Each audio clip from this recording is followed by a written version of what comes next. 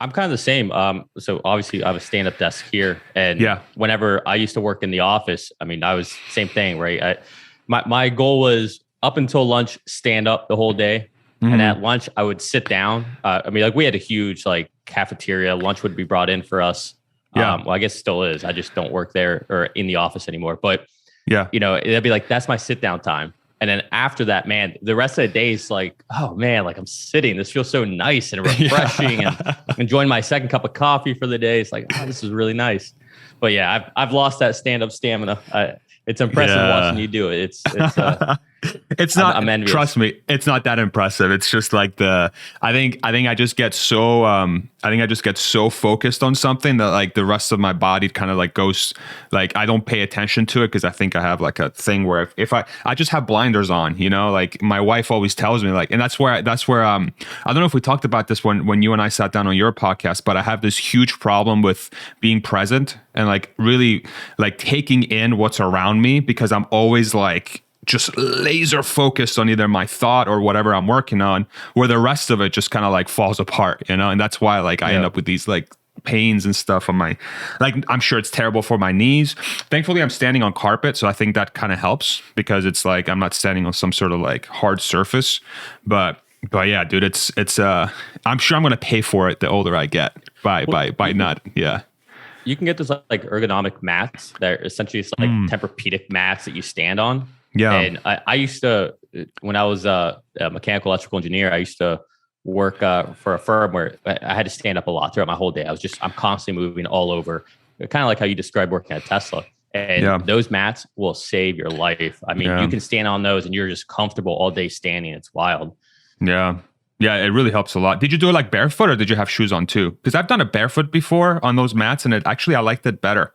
Because I feel like depending on the maybe the shoes were really crappy. We were wearing steel toes, that's why. But that's what I was gonna say. The environment I was in, we had to have steel toe shoes on at all times. Yeah. So yeah, there was no, or I guess you could wear the composite toes. I don't know if you've ever seen those. They weigh less than the steel toes, but they is it like a sneaker shape? Is that one?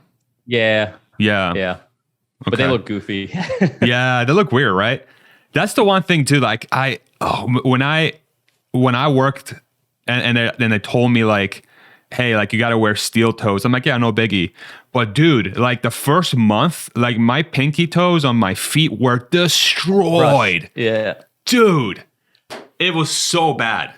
It was so painful. And they're so freaking, it literally felt like I was walking around with lead. And like I would walk for a minute and I'm like, oh my God, this is so freaking exhausting. In addition to the mental gymnastics you got to do on a daily basis, then your feet are like, oh my God. Yeah. But I think the one thing it helped again, it's like adversity usually like leads to a better thing over time, So anyway, I'm like rambling so much right now. Let's talk about you. So let's expose you to my viewers. If you don't mind, give a little intro into your channel, and then we'll take the conversation from there. Yeah. So my name's Nicholas Gibbs. Don't try finding me on LinkedIn. I've completely block myself off everything, just to keep my own personal life a little private. But yeah, right now I'm a software systems engineer. So essentially I design architecture. So you're using Zoom as your backup. So, the infrastructure Zoom works on top of is actually something that we do. We design what it sits on top of. So I do a lot of things of that nature. So it involves, from storage to compute to networking to firewalls, just, the whole gamut of a cloud architecture. But before that, I was actually a mechanical electrical engineer. That's essentially what I went to school for. My actual degree is in marine engineering, but most people don't understand what that is. Some companies do. So SpaceX was actually one when I almost worked for them. A marine engineer is somebody who has to have disciplines essentially in everything. So essentially somebody who can understand from many different perspectives when it comes to engineering. So what does that mean? From electronics to electricity to anything mechanical to software to implementing software. So the whole gamut. And the reason is with what I did, it was a very specialized niche engineering that are used out on ships. So don't crucify anybody here, but I used to work for a very large oil company. And I was part of, Oh my, no, just kidding. Yeah. But yeah, I used to work for a company where we did ultra deep sea exploration. So when you're out on those vessels, you don't have a lot of manpower, right? You have very few engineers out there. And a ship out there to get to the vessels, you need a helicopter. It's about a 2-hour flight on a helicopter just to get out there. Wow. And the rotation is, for me, it was 3 weeks on, 3 weeks off. So I only worked half the year. But while you're out there, you were everything. You were the engineer that has to be able to do everything, right? A part breaks, you can't just get a spare part, right? I might have to make it on a lathe, or I might have to weld something. Something happens with a piece of electronic, maybe a diode burns out or a capacitor just blows up. Okay, well, we need to pull out those PCB boards, and I'll take a spare capacitor and repair it. Or we have a 11 kilovolt, so 11,000 volts of electricity that we're producing for the vessel that gets stored in these huge capacitor banks. And how is that made? It's made with these big Caterpillar engines. They're actual generators, diesel electric. So anyways, the point is it's a discipline of many types of engineering. So when I mentioned SpaceX, they're actually going to hire me for a thermodynamics position, or their thermal final assembly engineering. I don't really know what it is, to be honest. I didn't take the job because it was in Hawthorne, and I was trying to work in Cape Canaveral. I grew up in Cape Canaveral, so that was the reason for that. But yeah, so I eventually got tired of doing that. I got tired of going away, coming back. I mean, a lot of things were good. I had, a very privileged life with that from a monetary perspective, which allowed me to do a lot of things with that, or my hobbies, right? Traveling and investing. Those are two of my biggest hobbies. And luckily, because I had that type of job, I was able to meet my current fiance in Mykonos. We were both island hopping, and we met in Mykonos right as we were leaving. And, that's in Greece, right? Followed her around. Yeah, it's in Greece. Yeah, it's the Ibiza of Greece. Nice. It's the best way to think about it. Yeah. But yeah, so we met, and, things went well there. Eventually I got just tired of doing what I was doing. I got tired of being away, and I just found myself always geeking out on tech, right? I mean, it's just natural engineering thing, I think, to just geek out on tech. And of course, I mean, I was always obsessed with Elon Musk. So, I would always follow him, things he was doing. And, eventually that led me into investing with Tesla. But I also realized I wanted to get more into the tech side of things, mechanical engineering, electrical engineering. It's cool and all, but I did it for so long. I grew up working on cars. I grew up tinkering on things, and I was ready for something I didn't know. And that's how I stepped into the software world. And, that took a while, took a lot of perseverance to get somebody willing to hire me because I was an engineer versus because of a degree, which is something it's something I really admire, that Elon and people like Sandy Monroe, more people are talking about this. I hate the idea that the degree is the box that we live within now. And my plea to every company I was applying to, and there's really 3 companies I was trying to work for, so one of them ended up taking me. But my plea to them was, look, I'm an engineer. Do I know everything about what you do? Do I know everything about software? No. But being an engineer means you can learn. You have the ability to learn complicated things rather quickly and with a good, deeper understanding of it. And that's what I am, right? Forget about this piece of paper. And this one company saw it the same way. It was a company that's based out of Palo Alto, Silicon Valley. And so I think it aligned with a lot of their ethos and what they believe in. And yeah, so I eventually moved over into that. And I've been doing that for about 4.5 years now. So clearly I've done decent if I'm still around here. I didn't not succeed in that realm. Yeah. And then eventually one day my fiance was up in Boston. That's where she's actually from. She was up there. I think it was for a baby shower or something. I forget. But I had for a while, my big passion of mine is investing. I love investing. I think it's one of the most amazing things that we can own a part of what Elon's doing with Tesla. Like, just to sit there and think about that, I can own part of that. I'm not doing anything. I'm not building. I'm not working. There's no sweat equity. There's no hours. Yet I can benefit from that. Like, just the idea of that is just ridiculous to me. And sometimes I don't think we appreciate that enough. And anyways, that's why I've always been into investing. And the first company I ever invested in was Apple. You can see here. And this is before the iPhone came out. There are rumors about the iPhone coming out, and Microsoft is doing things with touch screens, and that's what made me want to invest in Apple. But after that, I was hooked. And I've had a lot of success to the point where even though I'm still working, I am financially independent. And that was a goal of mine to hit that before 30. I hit it a week and 2 days shy of 30. So I great timing. Barely got it. I kid you not.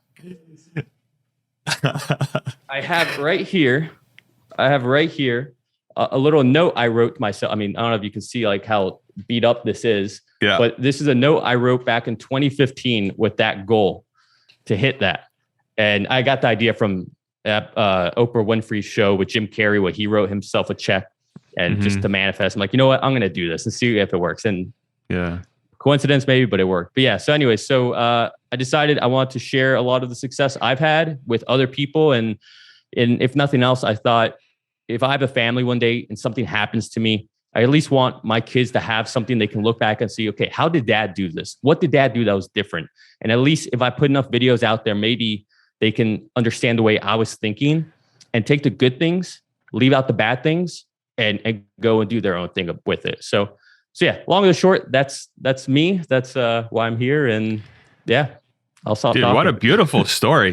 For those, so what's the name of your channel on YouTube? Yeah, so my channel's name is Investing Against the Grain, with the idea of moving away from this idea that you always need to be diversified, right? Diversification, everything. And people always use Warren Buffett as, well, Warren Buffett, had this hedge fund manager and they made this bet about S&P 500 will outdo what they do and all this stuff. But people forget that Warren Buffett's actual thoughts and philosophy, if you've ever read anything he's written, is that diversification is a hedge against ignorance. And so if you do not want to do the homework, if you don't want to get as deep as we all do, making your own models, things of that nature, yes, S&P 500, 1,000%. However, if you want to go a different way, that is why my channel exists, to show you just what I do and let you maybe copy and realize, do I know this company well enough? Because if Nick is doing XYZ and he's going this in depth with it, and I'm not going that in depth, then maybe I'm not doing enough homework. Maybe I don't understand the business well enough. And so that's really the impetus behind it. And then with my background with mechanical, electrical, now software engineering, and what Tesla's doing, I thought, man, maybe I can explain some things that are happening that people don't quite understand at a deeper level. Like I did an entire breakdown about what a motor is and the components of a motor and why Tesla is just so next level with it, talking about inverters and talking about the stator and all that. And so just trying to break it down the way I wish people would have broken it down to me when I was going through school. So investing against the grain. Long answer to your question. No, you're good. And I'll make sure to list a link for that in the description below as well, in case anybody wants to, and which I highly, highly recommend. Nicholas is one of the coolest channels, honestly. Like I've started to go through your catalog, and I just love your honesty and passion for the field and it's clear that this is something that's near and dear your heart, and you really are trying to get a message out there for yourself and others that are interested in that as well. Like you just said, like it's something that you wish somebody did that for you as you were learning about that stuff, and it's clear that you're trying to do that for others, which is awesome. And that's what I really enjoy about your channel. Plus I was on your channel as well, and you and I were talking for like over 2 hours, and I just really vibe with you, bro. Like I really, really vibe with you. I feel like we're sort of like kind of caught from the same cloth in some ways, but like there are certain things I really want to sort of pick your brain about. And one of the things you were talking about, especially being an engineer, is that you, so obviously you studied engineering in school. You were an engineer in pretty hardcore, I would call hardcore engineering practice, where you literally had to come up with solutions isolated in a place with like physical solutions that would solve problems. And the one thing that I'm not an engineer by practice, but I've worked around a lot of engineers. Some of my best friends are engineers, so I've been around that world. And one of the things that really stuck out to me when it comes to engineering is, and you tell me if I'm thinking about this correctly or not, is that at the core, engineering is just purely problem solving. It's problem solving in a physical space, but it's a skill set that theoretically could be applied to anything. You're just thinking about how to solve problems. Am I thinking about engineering correctly in that way? And if that's the case, talk to me about how much similarities you saw between your engineering job with the oil company and now with software development, which in a way I think about as a different way of problem solving. You're just sitting down and figuring out how to write specific code or design certain things to solve a specific problem. How much does that base help? So tell me if I'm thinking about it correctly, and is it truly that interchangeable? Yeah, I think at its core, I would say engineering in general is problem solving. But I think I don't know. Sometimes I don't like these labels of engineering or anything like that. It's just humans and learning to think a certain way. And at the end of the day, I mean, like we're coming on here. Maybe you have an issue with your software and you're just trying to troubleshoot, right? You're just trying to solve the problem. I mean, I think it's these innate things that we all do, but take that and just amplify it a little bit to bigger problems that might be more complicated. You might need to understand how certain systems work. So yeah, at the root, a lot of it is problem solving and trying to figure out the solutions based on what's possible, right? And understanding what at the basis is possible. Not everything is always possible. There's not always a right answer to something, but there's a way to patch something or fix something or come up with something temporarily, right? We see that with Tesla and their chips, right? Everybody, talks about how they recreated all this new software or anything. So what they actually did was they took all these microchips, and what they did is, so hardware in general, your computer has, everything has it, something called firmware. And this is essentially the software for the hardware for it to run on. Okay. It's not the actual operating system or anything like that. It's the instructions for the hardware on what to do. And that's what Tesla did. They took all these different chips that have all these different little idiosyncrasies within them. They all work differently. And they created a firmware, a patch for all of them, essentially, where they could replace and essentially just scrub it, put the new firmware in there to do what they needed to do. And this is a form of troubleshooting, problem solving, but it's a patch. It's a temporary thing until they can get to where they really need to go. And so it's all about understanding what the bounds of your limitations are. But I think a big part, and a lot, when you see Tesla, you see SpaceX, mainly SpaceX, you see a lot of quotes like Elon saying, failure is a good thing because it lets us learn a lot quicker. And that's true. Failure is a very important part of engineering. But I think a big part of engineering that's not talked a lot about is kind of weighing the risk and reward of certain situations. So for example, let's take the vehicles. Everything in the Tesla vehicles, which you won't see this in a lot of vehicles actually, from an electronic perspective, we'll just take the computer, the full self-driving computer. There's redundancy built into that. When it comes to engineering, and to your point, to your question before, the things I saw from the oil industry to what I see in the software world, everything is about redundancy. Everything. All right. At the end of the day, we plan for hardware to fail. That's something we always plan on. But what can't fail is the software. We need to make sure the software doesn't fail. And there's ways around that, right? Maybe you have a certain circuit board that has two M2 chips and you have copies of the software on each of them, right? Tesla with the full self-driving, they literally have two computers on there that they use in tandem, right? So they're actually both doing operations at both times. However, if one side were to fail, the other one can pick everything up and be just fine. So when it comes to engineering, redundancy is everything. I saw that out there when I worked in the ship, in the oil field, right? You had two, if not four, of everything in case something went down, right? You can't have that happen. Imagine a FSD beta vehicle driving down the road, and all of a sudden, one of the FSD computers goes down, right? Okay, right now your beta, you take over, no big deal. Take that into a Robotaxi world, that's not okay, right? So a lot of it is redundancy. Yes, problem solving is a big part of it, but problem solving comes with the understanding of the redundancy of everything. And it's something that I don't see a lot of people talk about. And so when I analyze things, a lot of times, this is how I risk assess. And I see Elon does it a lot, or at least when he talks about things with SpaceX, you see it a lot. He doesn't blatantly say it, but you can tell in the things he's thinking. What's the worst possible outcome?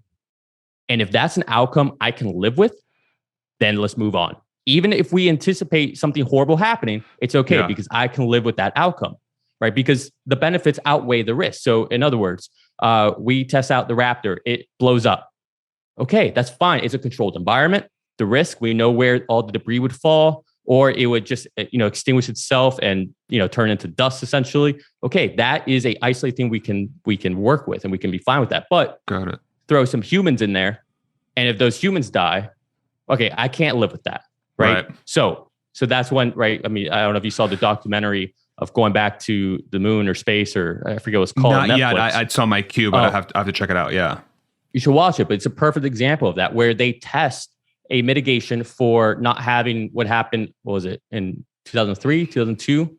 I forget which, Columbia, I think it was, that exploded, and we lost astronauts when they're coming down, right? So in the documentary, they show you a test of them making sure that the capsule, the nose of it, comes off and falls away safely, right? That's something they learned. That's to mitigate, right? How can we think about these things? But anyways, I'm rambling. But no, you're good.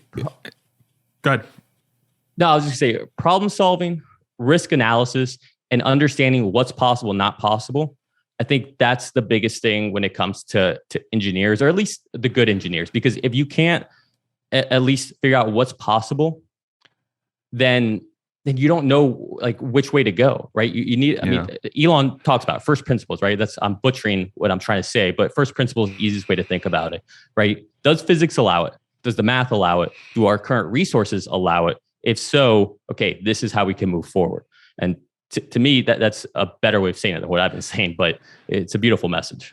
Nice. Yeah, I think what's super interesting there, my takeaway is that, so thank you for giving us such detailed insight there about what an engineer like is at the core, right? And the thing that really stuck out to me, and correct me if I'm wrong, but it sounds like one of the core principles you're also trying to achieve is to understand where the threshold is for acceptable outcome, which is kind of what you talked about, right? So you're kind of saying, like, depending on the context of the situation, if you have humans involved, the threshold for good enough is like just maximum. Like if that is 100, when humans are involved, if you're going to space, 100 is the threshold of risk reward, right? Which means that basically impossible risk or basically no risk, and a reward is guaranteed as close as you can get physically. But in certain situations, say, I'm just making one up, but say where a human isn't involved and you're just trying to say maximize the speed of something happening, like the speed is really getting there is really more important than the end result in some situations, then maybe your threshold is, I don't know, 95 or 90. Yeah. It's like, hey, I feel confident enough to get to that point. How does one develop a skill set to try and gauge how to arrive to that threshold? Because the reason why I ask that is because I think it's very analogous to investing as well. Like I'm not a investor by any means, like a professional or anything like that, but I have invested in the past. And that is one of the questions I always freaking ask myself, is that I feel like that is like the ticket to really understand how to capitalize on opportunities, either be it in a work setting where you're trying to push something through that's going to be very innovative, but potentially it could fail. But if you feel like you do these things, it'll get you through. Like how do you think about developing that skill set? And is there any analogies to investing with it? Like whoever solves this, I feel like, could become like a quadrillionaire, right? Because I feel like that is the essence. That's the essence of finding the best possible outcome with that risk reward ratio, solved in a sense. How, like, I don't know if that makes any sense, but like that's how I think about that situation where you're trying to calculate what is the best possible outcome given the variables that you're given from a risk perspective. Let me know if that makes any sense. Yeah, I think it does. And before I answer this is not financial advice. Yes, it is. I'm just kidding. This is horrible advice, what I'm about to say. Now, this may not hold true for everybody. There are smarter people out there than me. But I mean, I think we would all agree someone like Elon is definitely up there with one of the smartest people. And I mean, if you just look at him, and if I compare that to like what I've learned from investing, the best way to get to that point is to live it and make mistakes and learn from your mistakes. That's the biggest thing. Look, when you're investing, you're going to lose money. It's going to happen. Nobody's perfect, right? You're not going to, Warren Buffett lost money. Warren Buffett had some horrible deals, right? Chamath, amazing investor. He's had some horrible things. Kathy Woods, she's and she's in a lot of trouble right now, right? Her portfolio is hurting. But the thing you have to do, and this goes with anything in life, we could talk about engineering, but it's okay to fail. What's not okay is to not take stock of what happened, sit back, reflect on it, iterate, and try to take something away. Because if not, you're just failing and failing and failing, repeating the same things over and over. This is why Elon stresses it's okay to fail. It's okay to make mistakes. It's why with FSD, he talks about it's 2 steps forward, 1 step back, because they don't know what the right answer is. If they did, they would just do it. So they need to make mistakes. They learn from those mistakes and they take something out of that and then they iterate. Now, with investing, hopefully you make more of those mistakes when you're younger and you have less capital to invest and you learn. But there are some mistakes that you only learn by having a decent amount of money invested. How to deal with a margin call. Man, tell you, there's a lot of people probably listening right now who are learning what a margin call is and dealing with it. And it's a scary, painful thing. And the time to learn about that probably isn't when it's happening. But you never thought you'd be in that situation. So, okay, it happens, you deal with it, but now you need to go back and iterate and be like, why did this happen? What did I do that was wrong? Was I too bullish? Did I take out too much on margin? Was I too concentrated in something and then it turned against me and all of a sudden that amplifies everything going against me, right? So I think it's making mistakes is the fastest way to do that, but you have to learn from those mistakes. So if anything, I guess the answer to your question is make as many mistakes as you can and make sure you are learning as quickly as you can from all of those mistakes. But you're not going to read in a book the answer to something. You're not just going to think up the perfect idea for something, because even someone like Elon, even someone like Cathie Woods, even Warren Buffett are constantly making mistakes. But what they do that they're really good at is learning from those mistakes really quickly and making sure that every mistake isn't just a mistake. There's a reason behind it. And we make sure we learn from it. So that's a huge thing. I mean, I have an Excel sheet of lots of mistakes I've made and trying to figure out, okay, why did this work? Why didn't that work? Right? Like I play with options. I mean, I have my portfolio that doesn't get touched, but I do play with options. I think most of us do because we all believe this company is going to 10x, if not more.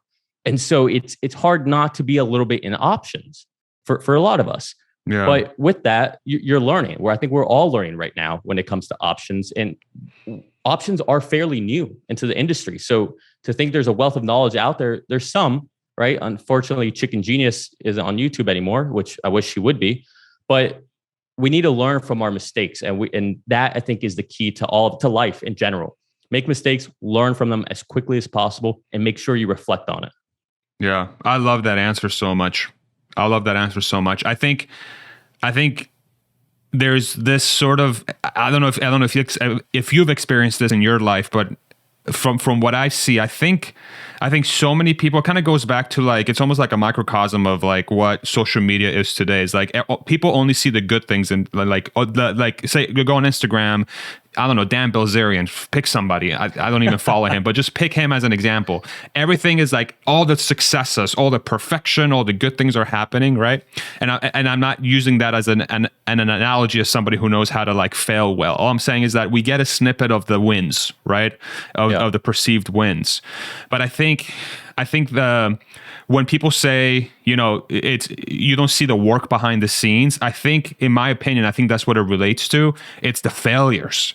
It's sort of the art of sitting down and going through steps to try and figure out what is the correct one. And I think one of the things that happens sometimes is that folks maybe are trying to approach things too scientifically because they don't want to fail, or they're afraid to fail, or they're afraid of what people are going to think if they try something that's unorthodox, or something that seems weird, or maybe people won't approve of something. And I don't know if that's like a social thing that has happened where people are more hesitant to try things just out of fear of failure, because that is such an important, in my opinion, and I think you would agree just based on your answer, it's such an important part of becoming a success in whatever thing you're trying to achieve, is that you have to mess up. You have to mess up. It's like, even Elon, as you talked about it, even Elon is somebody that has failed a trillion times, and he's talked about it openly, right? So I think it's like, how do you think about, and I don't know if maybe this is something that you do on your channel too, but like, how do you convey a message that tells people that is okay to fail and they should actively go out there and try and fail, because I think with money specifically, I think there is, perhaps rightfully so, people are very afraid to tell people to make a mistake with their money, because for some people, for a percentage of that population, that could mean like some very, very dire consequences.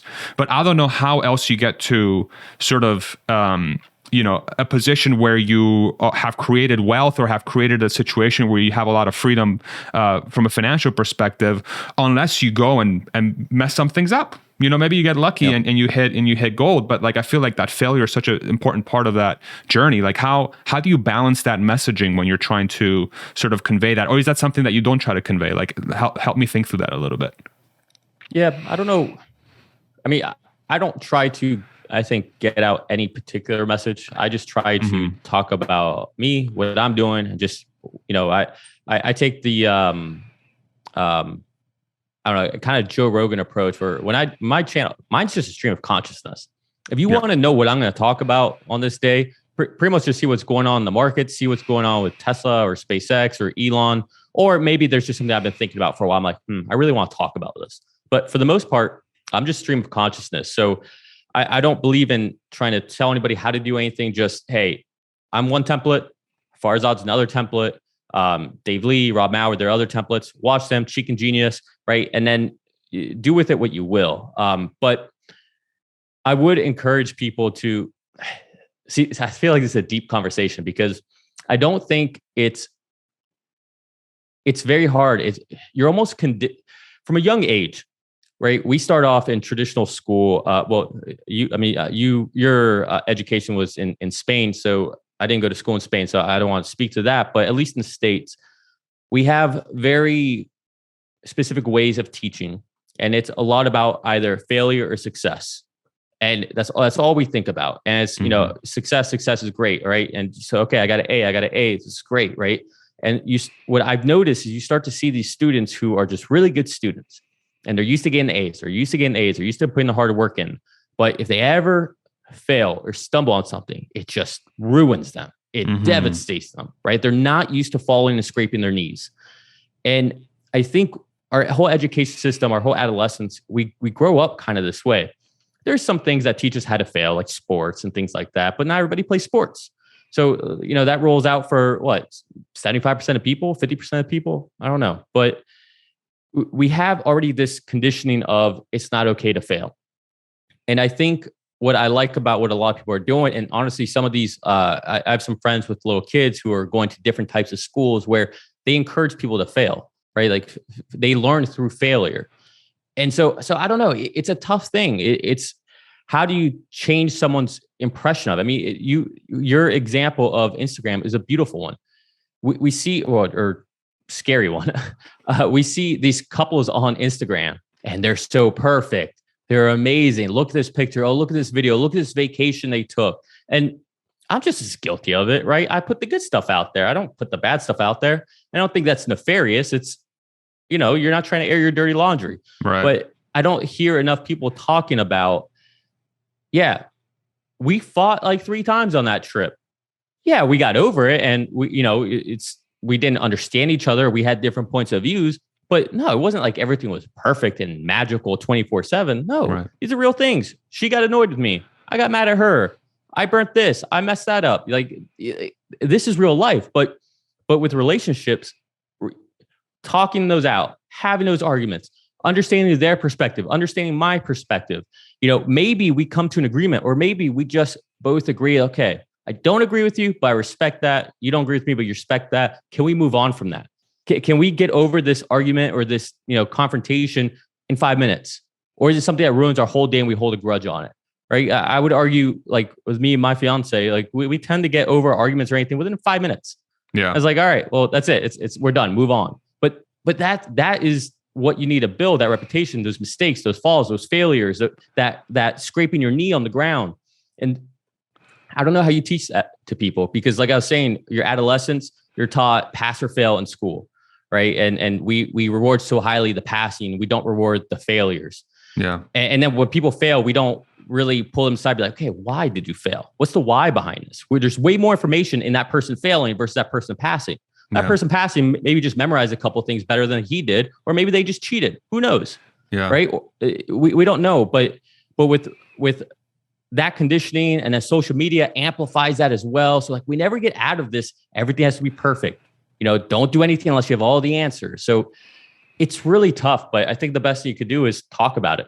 And hopefully enough people see conversations like this and they realize, okay, it's in my head that I have to be perfect.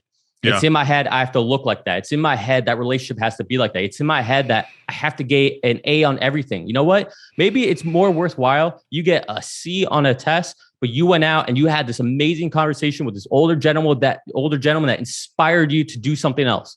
Maybe that's more important. Yeah, you failed, but you really won the big scheme of things. But you just never know. So yeah. I think that's dude. I love this. This is such a. I'm so stimulated by this conversation. This is freaking awesome. I wonder how much of it.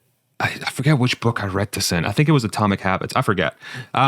Great book. It's such a good book. I think it was that book where the author was talking about creating unwritten rules for yourself.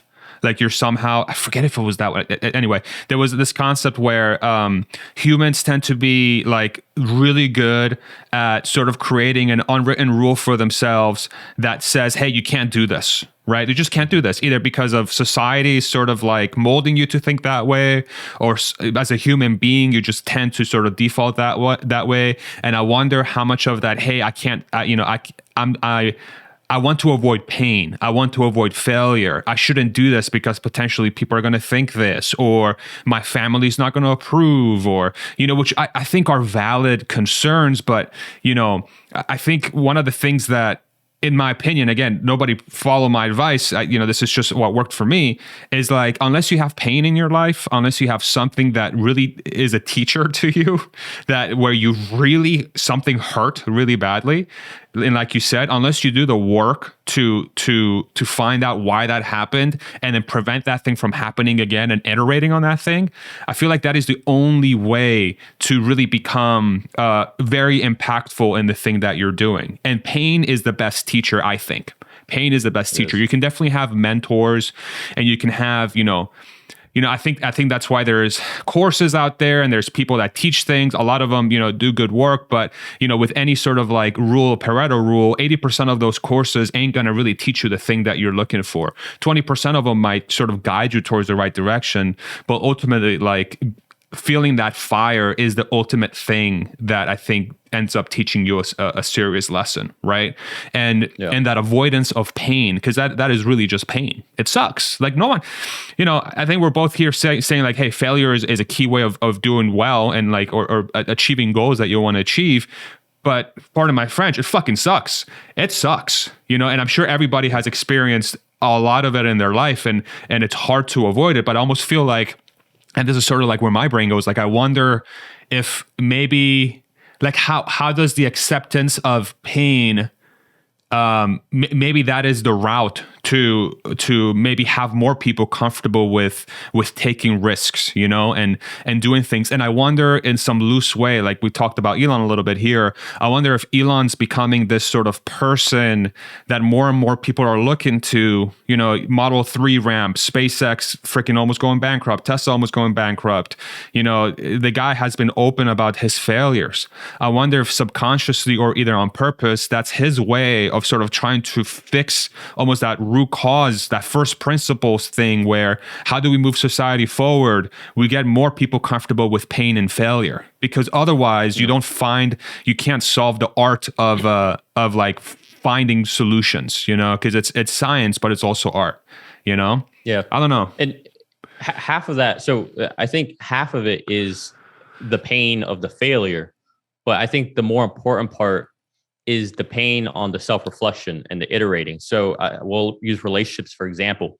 For anybody listening, think about a previous relationship you had. Maybe it was toxic. maybe it just didn't work out. Like, how frequently did you check back in with yourself and think, what did I do wrong? How can I be better in the next relationship? Right. That to me is the harder work and probably the more painful work. Right. It's like you failed a test. Okay, I failed the test, but now I need to go back and figure out where I made my mistakes. And that learning process is way harder, I think. But that's the most important part. It's the most important part. I have a few friends with kids who are in high school middle school. And I tell them all the time, look, whenever you're learning something and you're starting to get really, really frustrated and you can't figure it out, that's when you need to get the happiest, because that means you're right there. You're right there. It's about to happen. So you need to embrace that, because learning is hard. And nobody ever says that. Learning is not supposed to be easy. If it was easy, we would all be in the Matrix and plug a cable in the back of our head and boom, we know everything.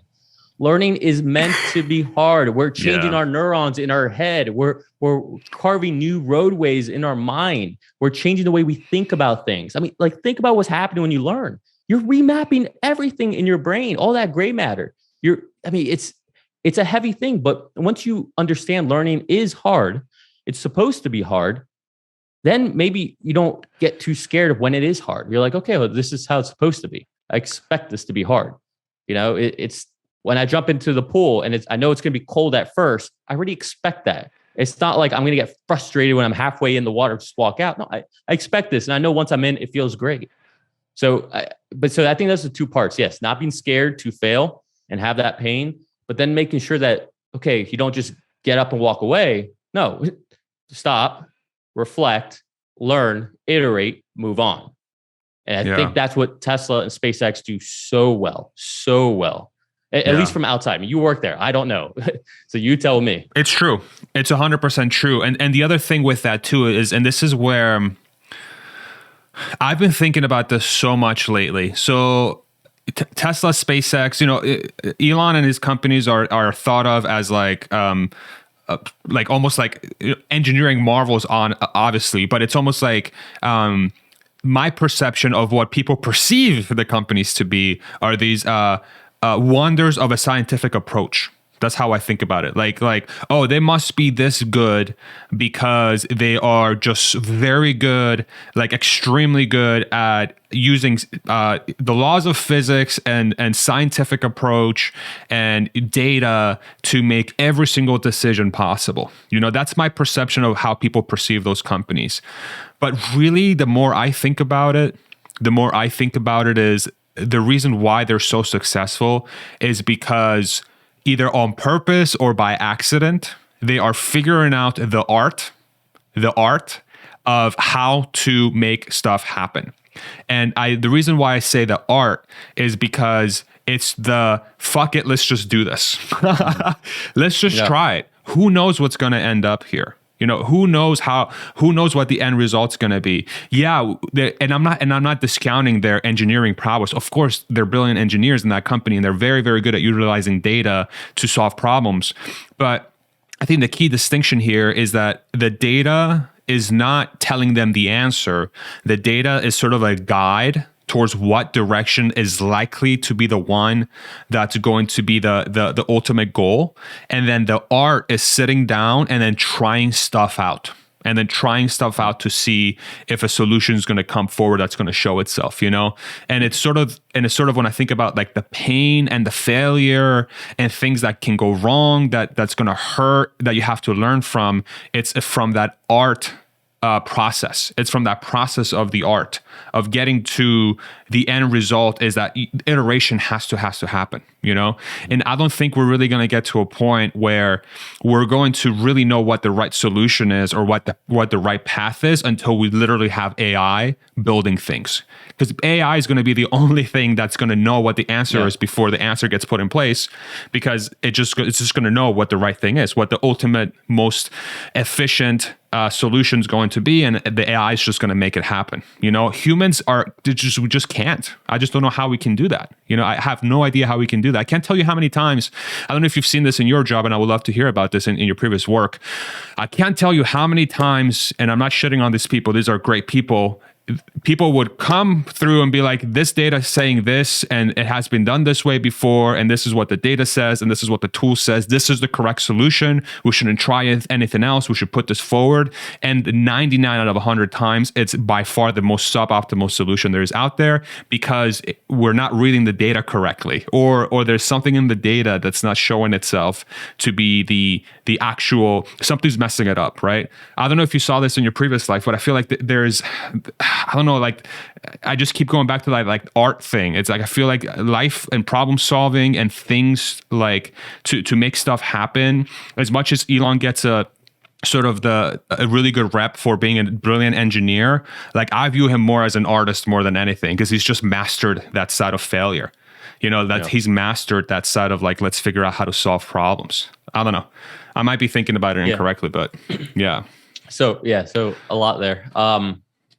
So first, I don't think there's a lot of engineering that actually encourages failure. To be honest, I think it's not just engineering. I mean, and maybe this goes back to what you're saying, like it's an art form. It's not just engineering or just think about a certain way. I mean, the best engineer I've ever worked with, his mind was brilliant. I mean, he was not great in a lot of things in his personal life, but his mind, when it came to solving problems, was just brilliant. I mean, I'd be looking at a problem for like an hour and he'd come in 5 minutes, boom. And it's like, what? Like, get out of here. Like, that makes so much sense. The way you just got to that, like, it's so obvious. It's so clear. Like, why can't, and I mean, luckily I worked with this individual for about 3 years. So, you know, it definitely like taught me how to learn new ways. But again, that was embarrassing and failure over and over, watching this individual who was my same age too. I mean, talk about really humbling yourself. It's not like this is someone who's a lot older. It's like, oh, the wisdom. No, same age. He's 1 year older than me, but just brilliant. And being able to have that humility, be like, okay, you know what? I don't care. I'd rather fail and learn and just soak in as much knowledge as I can, you know, take the good things that this individual has. But a lot of engineering, I don't think encourages failure, but some aspects of engineering not only encourage it, but it's the most fun part of it. Material science, material engineering. Oh my God, it's so much fun. Half your job is breaking things intentionally, seeing where you can get enough shear stress to snap something, right? I mean, and that's I think a lot of reason why there aren't many companies that have material engineering teams like what I understand Tesla to have. Sure. And based on my understanding, they kind of float between SpaceX and Tesla. I'm not sure how true that is, but that's my understanding. It's true. But I know you were talking about the idea of AI being able to solve everything. So I was listening. I'm about maybe halfway through your interview you just did with Connecting the Dots. I think that's the channel. Fascinating stuff, by the way. But sorry for the audio. No, that's fine. But this idea, sometimes I push back on this idea that AI is just going to be able to solve everything. And the reason I push back in it is because I don't know, and maybe people say this whenever we get to artificial intelligence, like to a level of better than a human. But the things that I struggle to see how we actually incorporate this into AI is our imagination and our consciousness. And I think that's a big part of it. And maybe I'm wrong about the imagination. I mean, there's some AI out there that does amazing art already, or can compose a symphony that's just ridiculous. But I wonder if that will always separate us from any artificial intelligence, just that ability to create a new thought, right? I don't know if AI will be able to do that, or I mean, maybe that's just my limiting thinking or me just stuck in my own box. But I think we have ways to think of new ideas. I don't know if AI will have that, because AI knows the things we've taught it. It's a lot of it is the problem with assimilation. But again, this stream of consciousness, because I'm about to contradict myself now, because then I think about full self-driving, and AI is learning on the spot what to do, what not to do. And that's why simulators can't just teach vehicles. So I don't know. Right. That's a tough one. I'm so curious about that, and I'm scared about it at the same time. Just one last thought here. When you and Connecting the Dots were talking about all these humanoids doing all these things, and all these factories and building and all that stuff. That scares me, not because of like the movie I, Robot, which, by the way, clearly must be one of Elon's favorite movies. Must be. But so I don't think like robots are going to take over the world or anything. It scares me because of what it will do to humans and how lazy it might make us. And to your point, like our fear of pain and failure. Like it scares me that if life is too easy, that we won't be what we want to be, or we won't, we need that struggle. Like we need it as humans. So like we need, it's why we like saunas. Like it's the heat. That's why working out is so endorphin releasing. Like we need that. And I get scared that it won't be in my lifetime, I don't think, but it's possible. So let me run through it like a scenario there. So say AI gets to a point where it solves all our problems per se, like we don't have to work, and then it makes us like say we become lazy and we become sort of like almost unfulfilled, right?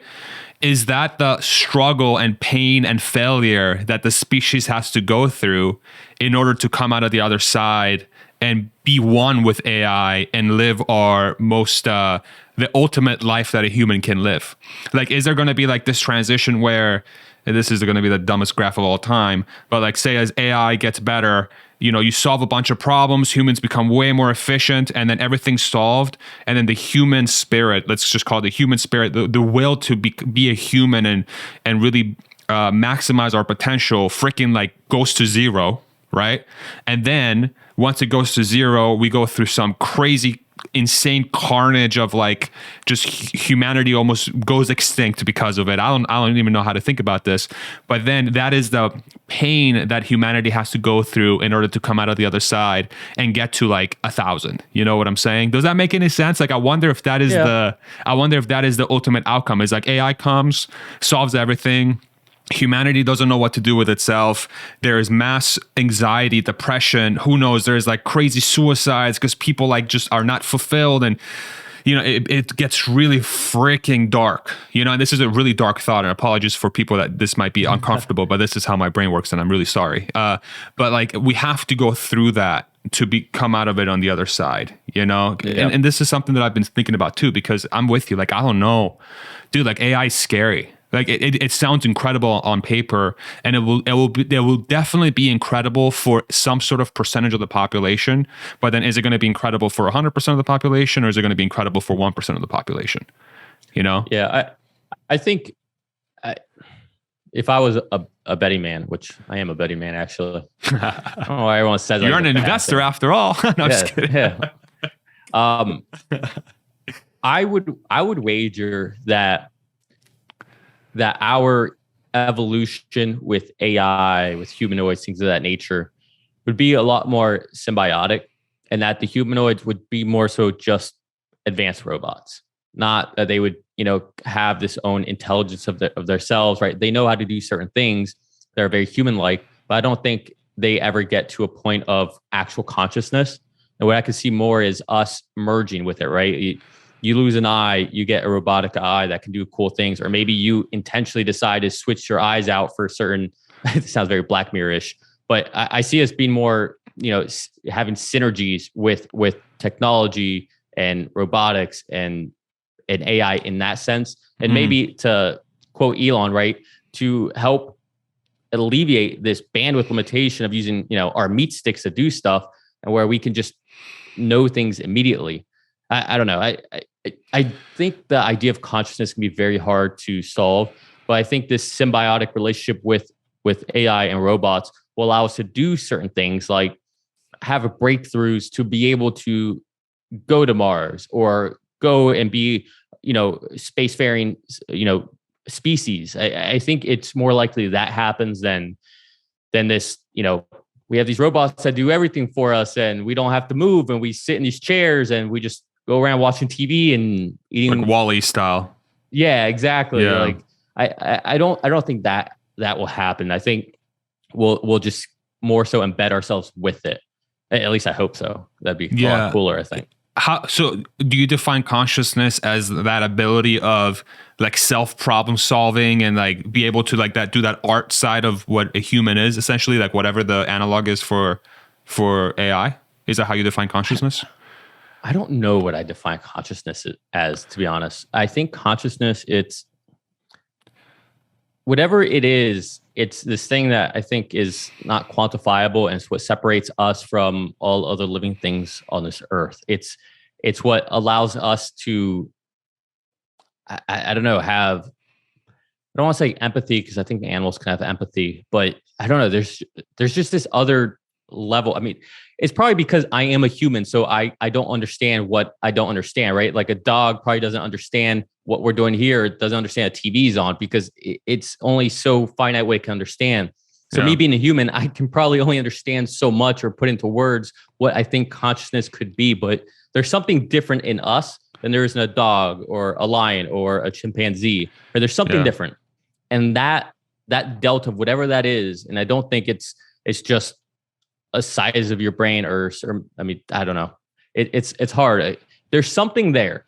There's something that separates us that's different, that to the point where, you know, we create religion or we believe in religion or in a higher power. I mean, like, these are things that fill that gap. It's like we're trying to solve for something bigger. And what is that? Maybe the whole idea of consciousness is to force us to be curious people and solve for bigger things. And that's what keeps us alive. I don't know. I mean, it's weird. And so I go down these rabbit holes with myself. Like, what is this? What is the meaning of life? Why are we here? Dude, like 55% of my waking hours is like thinking about that. It's probably a problem. It's probably a problem. Let me tell you why I think AI will be able to do that. Just to like make this a sad outcome potentially, is because the laws of physics allow for consciousness to exist. And if the laws of physics allow for something to exist, this is my interpretation of consciousness. I believe that it exists within the laws of physics. Yeah. The reason you believe that the laws of physics allow consciousness to exist is because it exists, right? Correct. 100%. Okay. Yeah. We don't know how to get to that. We don't know how to get to that, but we know it does like gravity. Exist. We know gravity exists. We don't, we didn't know for a long time what it was or how, but we know it exists. Okay. Yes. Understood. Yes. And because that's the case, and maybe this is a very simple way of thinking about it, but because we experience it in some way or have defined it as such, which means that it exists, to me, that tells me that eventually AI, or whatever you want to call that thing that will solve for things or problems, will solve for that at some point. I don't know if it's 100 years from now. I don't know if it's 100,000 years from now. But because put it this way, anything that's allowed by the laws of physics will be replicated or solved by this thing. This almost God, right? AI could almost be like, it's analogous for God in almost in a sense. If you're somebody who's religious, who's offended by that, I'm sorry, but like that's how I think about it, right? So that's why I think in the long term. And again, it's hard to tell if it's 100 years from now or 1,000,000 years from now or 50 years from now. But like that, to me, I think it's a done deal. It's just a matter of when, because it exists, because we experience it. And I don't know what the hell is going to happen because of it. And I don't know if I'm wasting, like part of me almost says like I'm wasting my time thinking about it because it's so existential and it's something that I'm trying so hard to figure out what the outcome is going to be, that it's almost like, what the hell is why are you doing that? Just live your life, dude. Just like go drive your Tesla around, or go eat some great food, or hang out with your wife, or go on vacation. Like what's the point of thinking about this? And it's almost like, I don't know. I have no idea why I spend so much time thinking about it, I think like tying this back to investing in Tesla, I think that is what, when you're investing in something, you need to think about. Because look, if you're going to invest, in my opinion, in like a Coca-Cola or an AT&T or I don't know, a Colgate, all right, just basic things, you might as well just be in the S&P 500, right? If you're gonna put your money out there and risk it, which investing is risking your hard-earned money, then you might as well be investing it into something that can 10x, can 100x, right? Something that is in the future. And so I think that type of thinking is very healthy and needed when investing, because, you're talking about potentially anywhere from, who knows, say 10 years to 1,000 years from now. We don't know. But when we take that same type of way of thinking and apply it to something like full self-driving, okay, now we start thinking about what are the implications once there's robotaxis, right? All of a sudden, our cities change. Maybe we don't need so many parking lots. Maybe we don't need parking garages, right? Maybe people can live further out, right? Like if you maybe you live in upstate New York, because coming to Manhattan is so easy because you just hop in your robotaxi and you do half your work in there, or you just take a nap in there while you go. I mean, the implications of what this can mean changes, right? From someone like that who has to go to Manhattan to the mom who is a night nurse and has 2 kids and she has to take the bus to work. Well, now she doesn't have to take the bus anymore. She doesn't have to walk out in the rain. She doesn't have to be out there at night unsafe, walking to that bus stop. Instead, the robotaxi shows up right in her front doorstep. She goes in, she goes straight to work safely, not in the rain or anything, right? Like all these things that start having these implications. Like, so what you're talking about, what you're thinking is obviously the bigger scale, but you take that and talk about what could be possible in the next, let's say term. 6 months to, 5 years, like that allows you to really be like, okay, this could have a real profound, there's a real need for this. This solves a real problem. And that to me is the basis of investing. It's like, are we solving a real problem with this? Right. Or is this like Peloton where it's like, okay, we're solving a problem for a couple months? Mm-hmm. What has real value? So yeah, I mean, I'm extremely bullish on full self-driving. I mean, I've been bullish on it since 2016, and people thought I was nuts talking about it.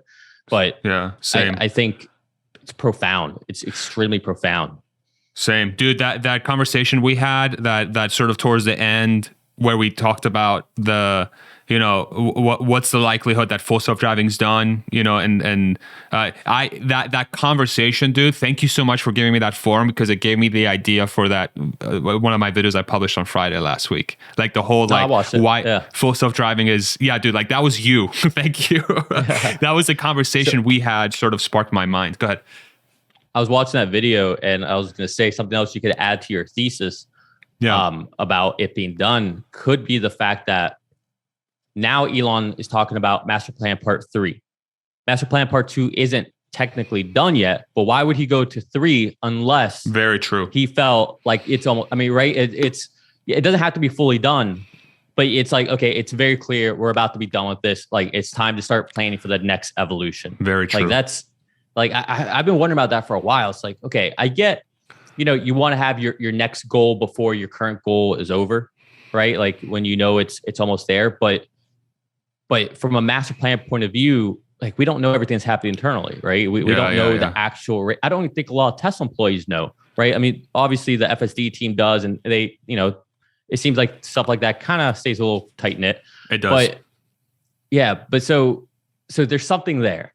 Otherwise, why even mention Master Plan Part 3? It's right? So true. Like, it makes no sense to me. So it's so true. So I believe, I don't think it's done in the sense like what, and hopefully people understood your video. You're saying all this stuff is there. It's just a matter of time, data, and based on what they see, it's probably gonna be the end of this year.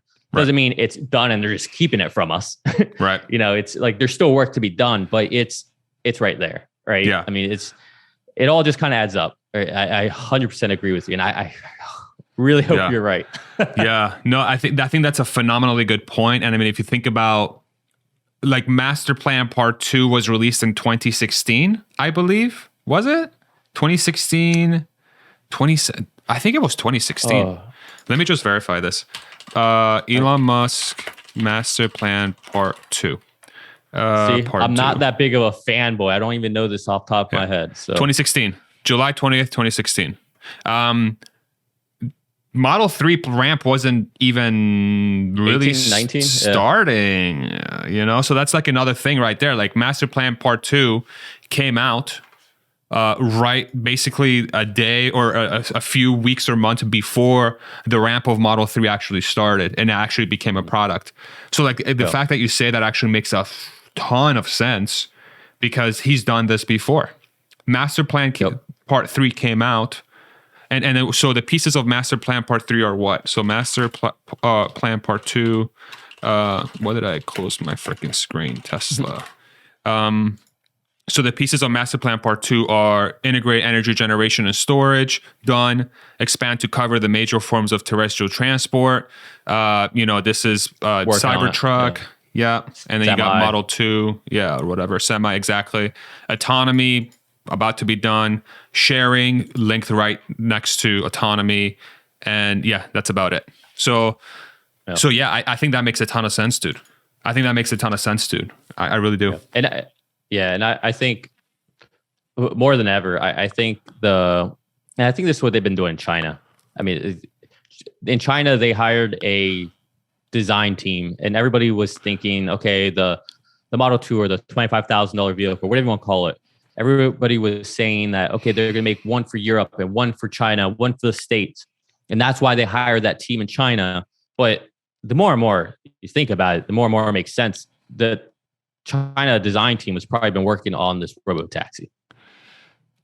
So let me throw something out there, because I was talking to Dave Lee recently, and I didn't think about this before. He sort of put this in my brain, that what we think of China, Europe, and like other places, their $25,000 car, whatever you want to call, that's different than Robotaxi. So he thinks. No, I agree. Is that what the sort of the train that you're on? Yeah. What I'm saying is, like, I don't think they've been working. I don't think there will be a $25,000 vehicle. I don't.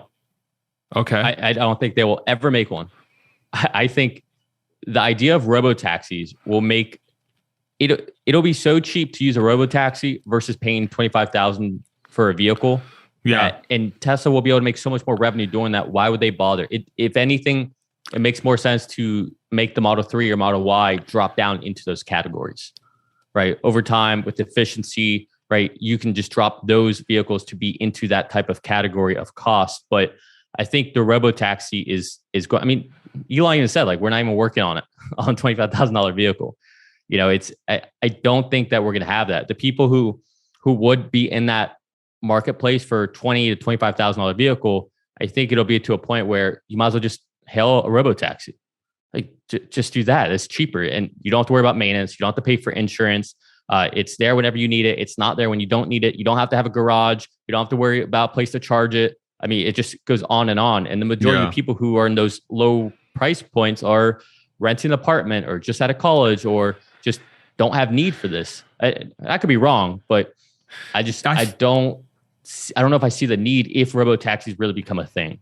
I think there might still be a market for let's call it the cheaper car, the 25,000. Mm-hmm. So a cheaper car that is not Robotaxi. So like, just basically think of it as a smaller version of a Y or a 3 that's around the $25,000 sort of mark. I think there's still a gigantic market for that in countries where full self-driving is going to be either limited by governments because of how strict they are, or the driving conditions are literally insane. Impossible. So like, like India, Mumbai, Brazil, exactly.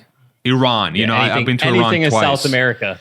Yeah, exactly. Like where it's just like it's a place where everyone's driving 30 miles down the road and there's no crosswalks. You just start walking across the road because you trust people will evade you, and you just have to be like predictable when you're walking. Like that sort of place. I could see a $25,000 car. A market for that. So like I think it's two different products, and I think it's the Robotaxi will probably be like a US thing where they're building out the infrastructure in Austin, and they'll use Austin to sell the actual Robotaxi, and that could be very well be the you're completely avoiding that smaller $25,000 car because Americans love bigger cars. Like it doesn't make any sense. And B, to your point, Robotaxi is going to be so cheap. Who cares? Like just freaking hail a Robotaxi, right?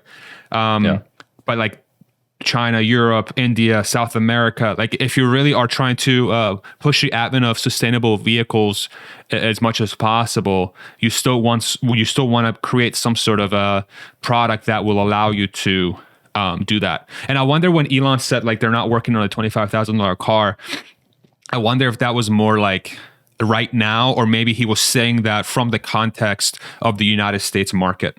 I got to go back and re-listen, but it was a Q4 earnings call. The way he said it, and I mean, this doesn't bode in my favor on this topic, but the way he said it was, "We're not working on it right now," is the way he said it. Gotcha. He didn't say we're not working on it. Like that's not a thing. He said we're not working on it right now. Because it was tied to like supply chain and the demand for the Model Y and stuff, right? Because it had so much. Yeah. He said, and this is ridiculous on this call. Wall Street hated what he said. Yet he said the thing. He must have walked away from there thinking, "What do I have to say to please these people?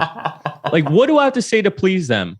I'm saying no, we're not making any new segments because we can't even keep up with demand for this higher margin segment. Yeah. And you're upset I'm not going to make a cheaper car with less margins, which will create less revenue. You're so right. That's what you're upset. Like, when I heard him say that on the call, I started jumping up and I'm like, oh my goodness, this is amazing. Yeah. I want to hear this. I want to make sure the demand was that strong. And it's like, this is great. And the next day, Wall Street hated that. It blew my mind. I was like, I don't know what they want to hear. Yeah, you're so right. And that was almost like, I feel like that was almost like in retrospect, maybe that was a signal that we were going to enter this like bear market where everything's going to sell off for no reason all the time anyway, right? In retrospect, Yeah, but we're in there. Yeah, we're in there now.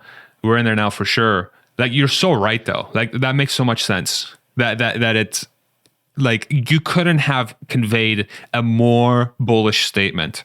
We cannot sell enough of the things that make us too much money, like so much money. Yeah. We can't sell enough of them. And all we're going to do is focus on selling things that are going to make us a ton of money. How dare you? Yeah. Ew, This is, but it's because that's the model for car companies. It's what GM's going to have 30 different models. That makes no sense. Ford, they're going to have all these different models. That makes no sense. It doesn't make sense. Steve Jobs proved that. He proved that simplifying and working on a few Tesla has proven that, right? Yeah. You don't need all these different variations. You need a few variations that are really good. Yeah. Right. And that's all you need. Yeah. And that's why investing in short-term stuff like makes no sense to me, because literally the market, like the justification you get from so-called experts one day is like, well, people are buying Tesla because they have long-term prospects, right? And then it doesn't go up, and people are like, well, Tesla's selling off because they're not making a lot of money. Then when they give guidance that they're going to be making a ton of money, well, it's selling off because they don't have good guidance for the next 5 years. I'm like, dude, like, which one is it? Which one is it? Like, it makes no sense. You can't just like come up with a different, like, the market is the market. The market's going to do a thing. And if it's really that bipolar short term, then like that to me says you should never, ever, ever, ever, ever buy anything in the stock market for anything that's less than say a 3-year or even a 5-year time horizon. Like, if you're not willing to put your money in there for at least 5 years, just don't buy the stock. Just don't do it. Do you ever watch CNBC or Bloomberg or anything? I watch CNBC highlights on YouTube, like for stuff that I'm like interested in for some reason. And if it shows up on my, like, I don't go searching for it, but if it shows up on my homepage and it's a topic that I've been thinking about, then I will click on it. But that's about it. All right. Well, so I watch CNBC. Like, I like it. It's my way of getting news that, I actually care about, that isn't too politically orientated. So I like it, right? It's financial stuff normally. But my biggest pet peeve, and I don't understand this. First of all, unless, like, no financial analyst or hedge fund manager or portfolio manager sits there and watches CNBC for advice. They're not sitting there watching like, oh, what do you guys think I should do? Right. So their audience is clearly not them. I mean, I'm sure they watch it just to see if, anything breaking news comes up or anything like that, anything wild, right? They watch it for that, right? Just see any crazy updates. Same reason we watch Twitter, right? Same thing. But the commentary that comes out of CNBC or Bloomberg or any of them, to your point, where they say, okay, yeah, interest rates are going up. You should start rotating out of your stock portfolios and rotate into bonds for this period of time. And it's like in the next 6 to 8 week horizon. It's like, who are you talking to? Yeah. Who do you think is doing this? You think everyday people are doing this? No, they're not. It just blows my mind that that's the communication they have. And it's so disconnected.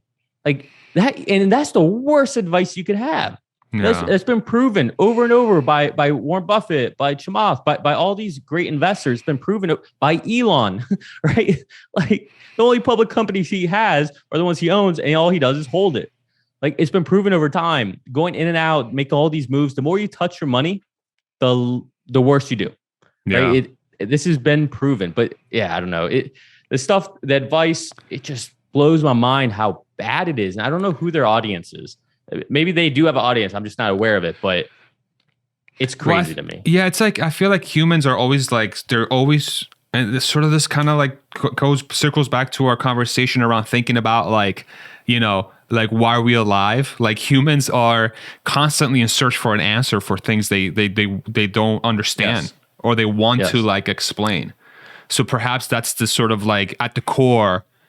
If we're going to get like a little philosophical about this, it's like that is the reason why CNBC even exists, is because they're trying to be a channel that's conveying information, and perhaps part of their programming is centered around trying to offer a solution to a problem.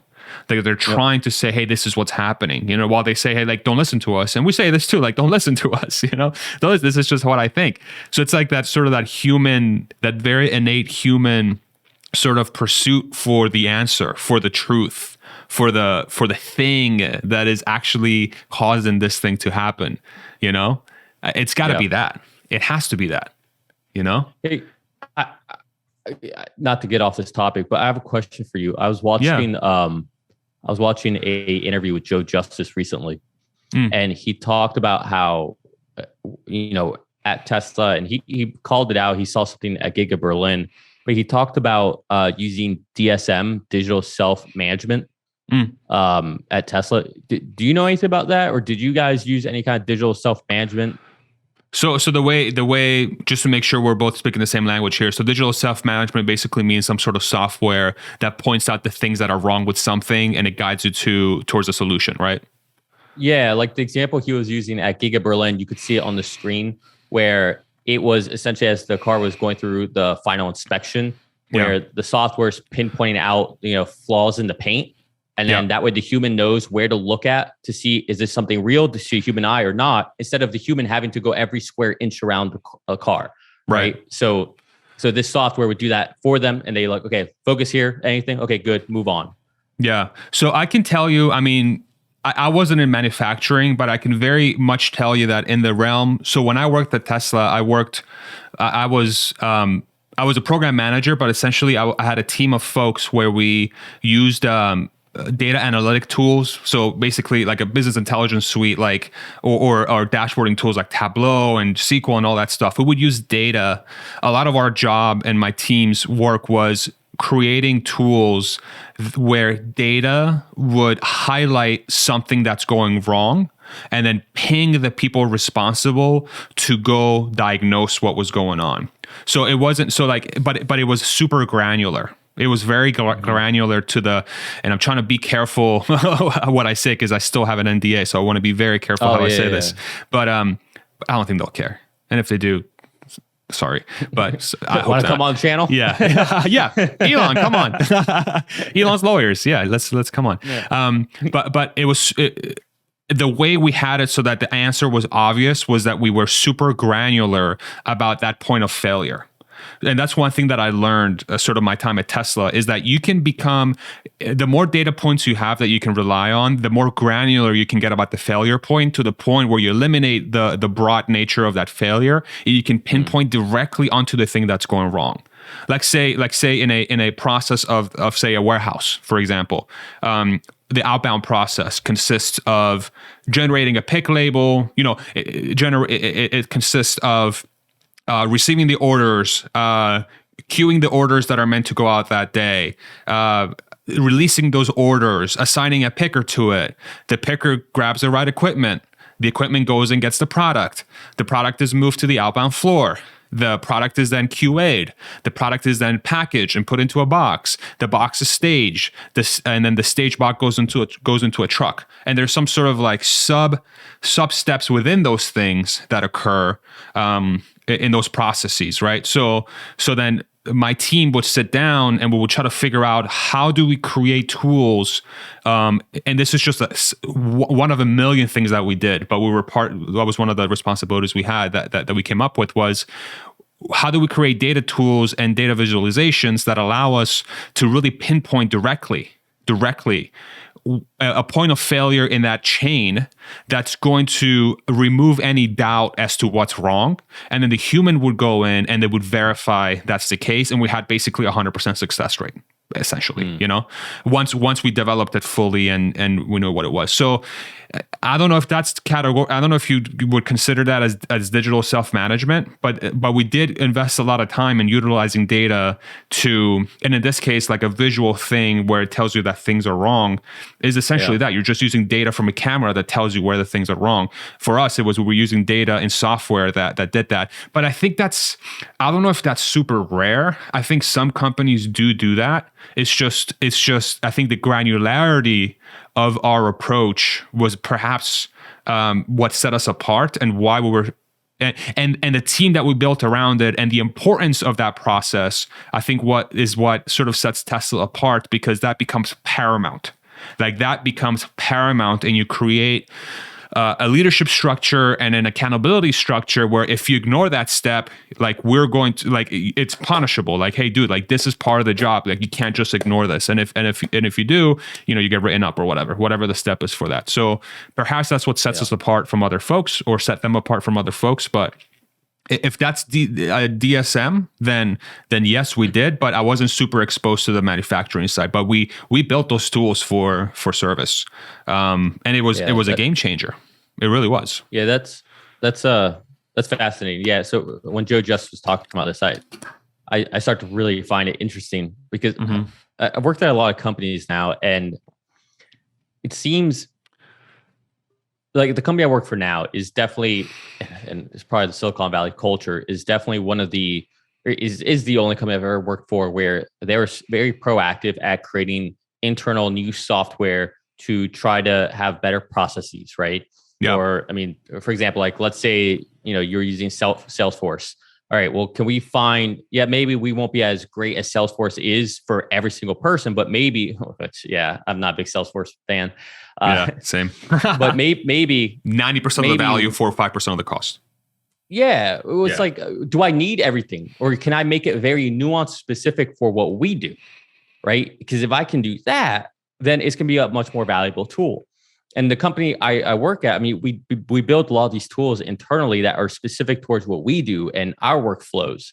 And when the DSM, the digital self-management, when I was seeing that, I was like, man, like until I worked for a software company, I never saw any engineering companies doing this, right? The engineering companies would have, they'd have tools. They have, whether it's for safety tools or to create like job safety analysis or to, create certain processes or permits or certain flows of how to do something.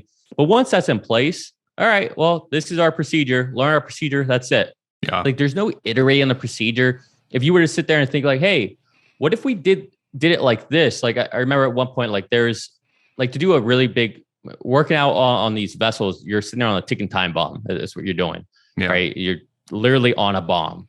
And whenever you do certain procedures, like you have to get approvals from like certain different people to let certain departments know what you're doing. And you might have to go find them. And just a simple suggestion. I remember telling them, hey, what if we like just all had iPads and then you could just send it to the given party so they can just sign it and they're aware of it instead of one individual having to do all this laborious work going all around finding all these people. Like that just seems so inefficient. Yeah. But no, this was our process. This is our procedure. And and I get it. I get like you have things, it works. Why fix it if it's already working? Yeah. But that's I think that's one of the, as an engineer, one of the things that just, it makes you just, drool at Tesla or SpaceX and the things Elon says, like, oh my God, like you're telling us we can try something to make it better. And if it fails, okay, well, it's fine. At least you tried. Yeah. Dude, you've hit the nail on the head as to why Tesla is miles ahead of everybody else, especially in legacy auto, and the reason why they can do that, and I saw this firsthand, is that they never, ever, ever rely on third parties or outside forces to come up with the optimal solution, because they've surrounded that company with the best talent on planet Earth and the best problem solvers on planet Earth. And when you have that, you can build anything. And when you've built a culture that says your primary thing is to innovate, then you innovate at everything. And it doesn't matter how small it is. It doesn't matter it doesn't matter if it's a piece for a car or a software that's going to allow you to digitally self-manage, or it's a tool for HR, or it's a picking process, or it's the way you package something, or it's the way you clean your floors, or how you approach staff management, or how you mentor people. Like, the innovation is not just engineering innovation, it's just innovation on how to run a business, period. Yeah. Period. That is, and that culture is so embedded everywhere that the get better every day applies to every single person. And when you have 110,000 people that are essentially part of your army, what ends up happening is that you have 110,000 people that are constantly trying to find a better solution for whatever they're working on. Yeah. And that's just, that to me sounds like such a I haven't worked at every company on planet Earth. Okay. I've worked at maybe 4 companies, 5 companies total in my career, but I've talked to many people that have worked at other places, and I've seen enough variety to know that what Tesla's doing is very, very unique. Give me 1 second. This freaking thing's flashing because it's running out of battery. Oh, look, orange background. But it's, that is why they are set apart so much from everybody else. And I think ultimately, if we get every company to work this way, like even 20% of this sort of style of operation, especially the larger companies, like productivity and the things that we make as a species will tenfold, because that's how you get to a point where you're constantly coming out with better stuff over time, and people are going to love you for it because they're going to see, wow, this thing, it's a service, whatever it is. People are going to fall in love with you as a company, be like, oh my God, you guys are constantly working on making stuff better. That is the key. That is the key thing. They never rely on third parties. There's no freaking Salesforce. There's no like consultants. There's nobody coming in and saying, hey, this is how you should work on this, or there's never a leadership group that's going to go out to try to get help from a different company. It's like, okay, I literally have the best possible talent working with me. Let's sit down and just figure this out. None of us know how to do it. Okay, then reach out to somebody on Teams that knows how to do it, and then ask them to teach you, or say, hey, do you have any bandwidth available? Or try to make a justification that the thing that you're working on is going to save the company X number of dollars, or is going to make something X times better, and that your help is critical. So I need your help. You try to make, you almost like haggling for people's times sometimes. That's part of the art of working at Tesla as well. You got to know how to haggle for people's times so you can work on the stuff that you feel is most important, and that's an art unto itself. It's crazy. Just this is, and I know, like, so I know we're talking about this, and I'm sure people are listening to. I mean, hopefully, people are still listen to us by now. But all 5 of people. we're talking about this, but like, actually think about this. Like, think deeply about this. Your current job, most people, I would wager, if you work at Walmart, if you work at McDonald's, if you work for Geico, if you work for, I don't know, NASA, I don't care. You have certain procedures that you have to do things, and this is the way to do it. And your job is to learn those procedures, obey, and then do your regular job. But at Tesla, they give you a key and say, no. Part of your job is to unlock this door, and you must always be thinking about ways to improve things. Yeah. Other jobs don't do that. They don't make you always think, how can we improve? How can we improve? How can we improve? And the reason I even talk about like Walmart or McDonald's is because, and I wouldn't have known this if I didn't watch one of your videos the other day. The janitor that worked wherever you work, that person innovated because that door was said to be open. Like, but this is the thing. Now you have a whole company of all these people who are being told, you must be trying to improve. You must be trying to iterate and find things to be better. No other company does that. So imagine all these people intentionally everything they do, now that you're on YouTube, you ever watch TV and you start to think like, oh, I see how they're editing certain things. Yeah, or, dude. You know, Yes. Yeah. So Yeah. it's now because you've unlocked or opened that door in your mind. It's the same thing. Now everybody in this company has opened that door in their mind. Now they're always looking for ways to improve. Yeah. You don't have that in other companies. In other companies, I have my procedures. I have my job. I'll do my job. I'll try to do my job really well. But I'm not thinking like, oh man, it's just so powerful. Like that is, I don't even think that's so underappreciated. I think think of how many innovations have come out of that, you know, by accident, maybe. I mean, who knows? I mean, how do you quantify that? But many, it's unreal to me. But think about the core element that allows you to have that sort of culture. The single thing that allows you to have that sort of culture is trust in your people. Trust. And I don't know if it's an American thing or whatever, but like the way businesses are built, especially the bigger they grow, is that trust in the individual becomes eroded, and they are trying their best to give you a set number of steps to take on a daily basis so you don't accidentally break something or you don't do something that's somehow going to harm the company. And then that becomes priority number one for whoever you hire. There might be very small exceptions for people say, you know, that's why people say it's outside of my pay grade, or it's they don't pay me enough to do this. It's because maybe when it comes to solving problems and innovating, we've somehow as a culture have become conditioned or have accepted the fact that if we want to innovate and do something better, that it's reserved for the top of the ladder. That thinking critically and thinking and using your imagination and being innovative about solving problems is not your job. It's someone else's job because you don't get paid enough for it, you know? And I kind of understand for those that say like, you know, well, they're not paying me to problem solve. I was like, okay, cool. But here's where Tesla and SpaceX and Elon's companies shine is that at least from my experience, people aren't so much worried about how much money they get paid. They're doing it because they know it's important. It's part of the mission. And so that cultural aspect of you just gave me goosebumps. Okay. You literally just gave me goosebumps. Like seriously, like as an engineer, like the things you're saying, it's like I have goosebumps. Sorry, I don't mean to interrupt you. No, like, you're good, dude. I mean, I get real it, dude. Time, like that's why those companies are so inspiring. That's why Elon as a leader has such big of a following. That's why those companies are so freaking successful. Is because it's not about the money. It's not about the money. It's about the mission. And then when you're telling those people that you can do anything that's required to make something better, you have magic. Magic happens. Okay.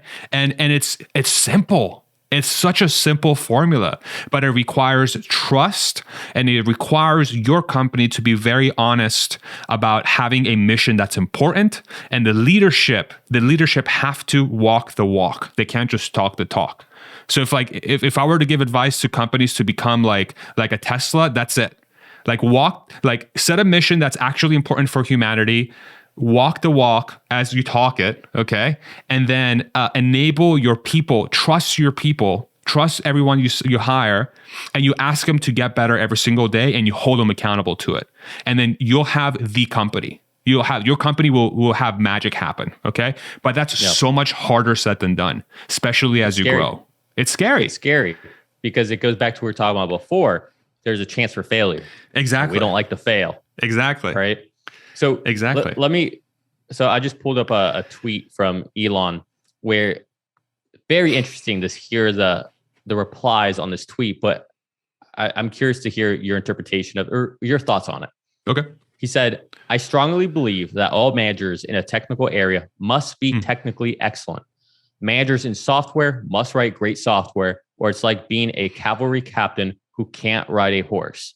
Now, a lot of people seem to take umbrage with this, saying you don't need to know how to do certain things to be a good manager. That's you're leading people and you're a people leader and all this stuff. But so, I mean, there's a lot of comments about that I found interesting. But what are your thoughts on that working at Tesla? I'll give you my thoughts working in a few different companies on this. Yeah. So So those that don't agree with that statement, are within the confines of a company or culture where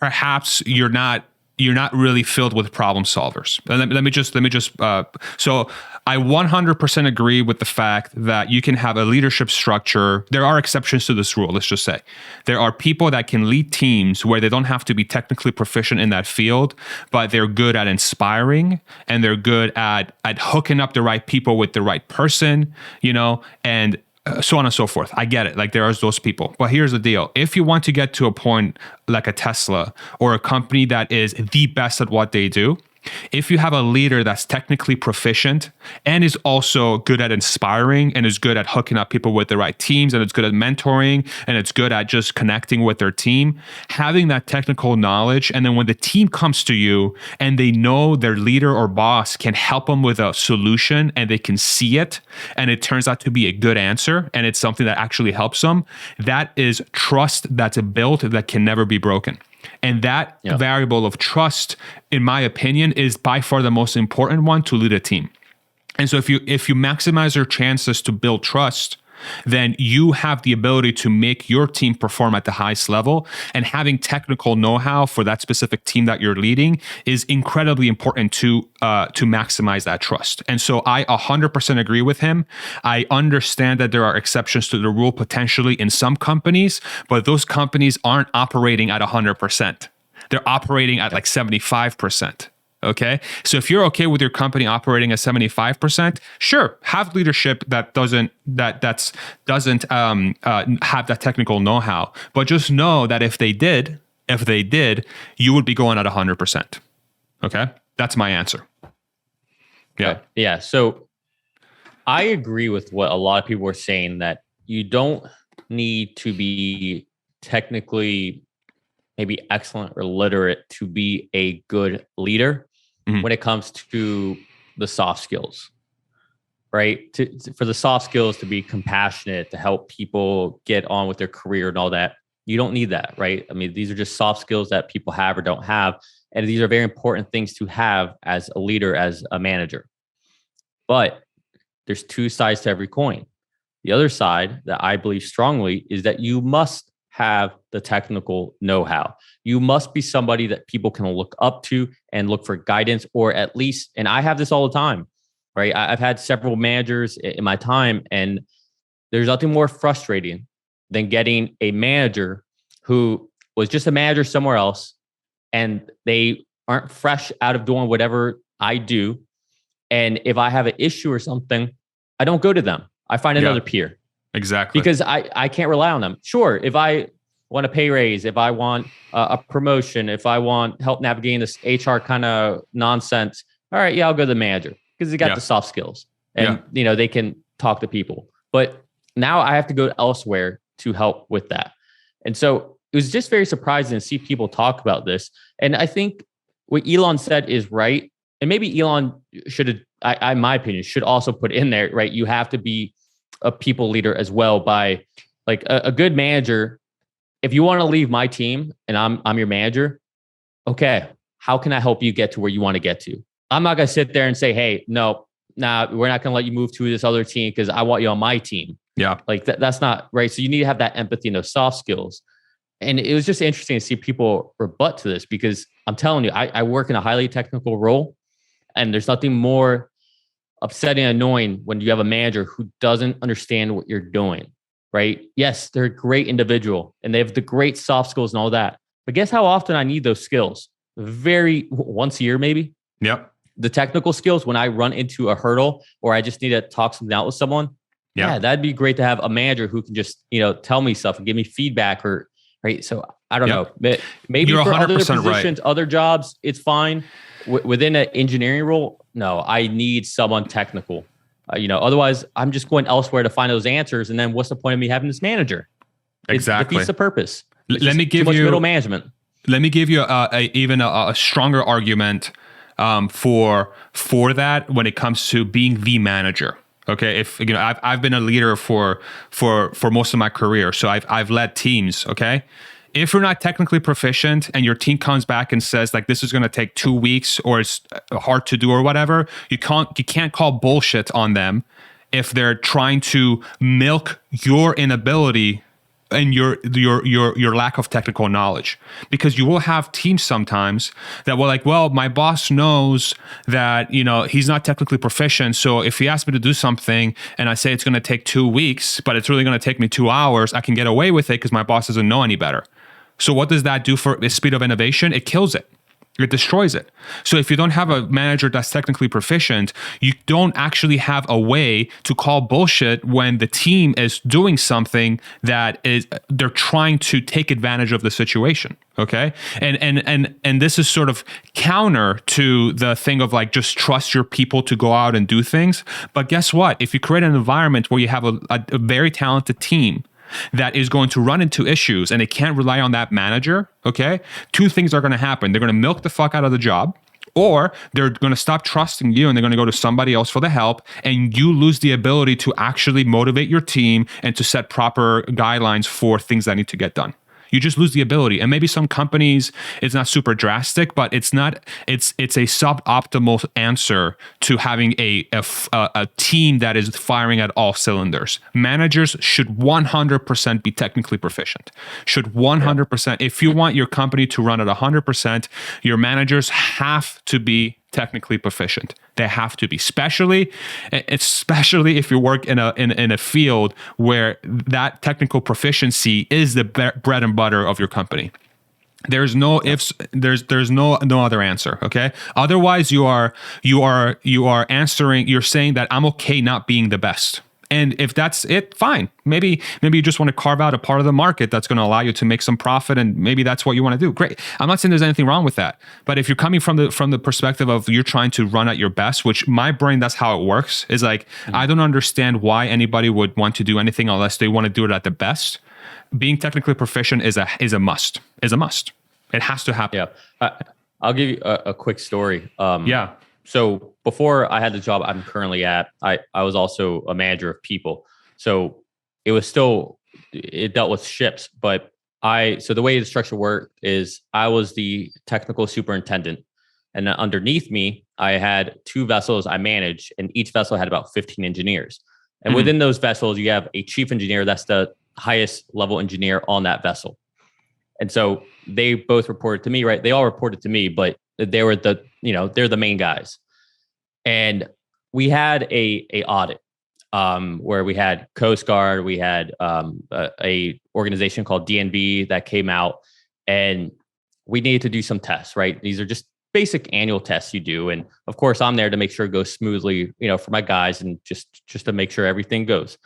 And one of the tests you have to do is you have to test your emergency generator. So the idea is if this is out in the middle of nowhere, and this actually happened to us too in Singapore, you black out, this emergency generator is there to give you some very like emergency steering ability. So you don't just go into another ship or cause accident or whatever. And so we do these tests, and I had the chief engineer there with us, and I asked him to go ahead and put the emergency generator on the actual bus, on the main bus. And he couldn't do it. He had no idea how to do it. He kept sitting there trying to figure out how to do it. He's like, oh yeah, I always have the first engineer do this. I don't ever really do this. And I'm sitting there watching. Now, I'm his manager. I went ahead and said, I got it. And I put it on the bus. We got through the audit and everything. This is the only time I've ever had to fire anyone. And hopefully I don't ever have to do it again. Yeah. I had to sit down with him and tell him how, one, that was just embarrassing to begin with. And he should be embarrassed about that. But 2, every day that he did not know how to do this, he put everybody's life at risk on that vessel. And him being the manager of all the engineers on there, he needed to know how to do this. This is a very technical job, and he had to do it. Worst case scenario, lives are lost. All right. Maybe not so bad. We get a huge fine from the Coast Guard for not knowing how to do this. Right. And this is the chief engineer. Yeah, that's crazy. It was awkward. I had to let him go right there. It was the only time. I mean, I was literally like shaking, like trying to talk to him and like, explain the rationales. Like, look, you left me no choice here. Yeah. Like, this is basic stuff that you should know to do. This is your vessel. You're on this every single day. Yeah.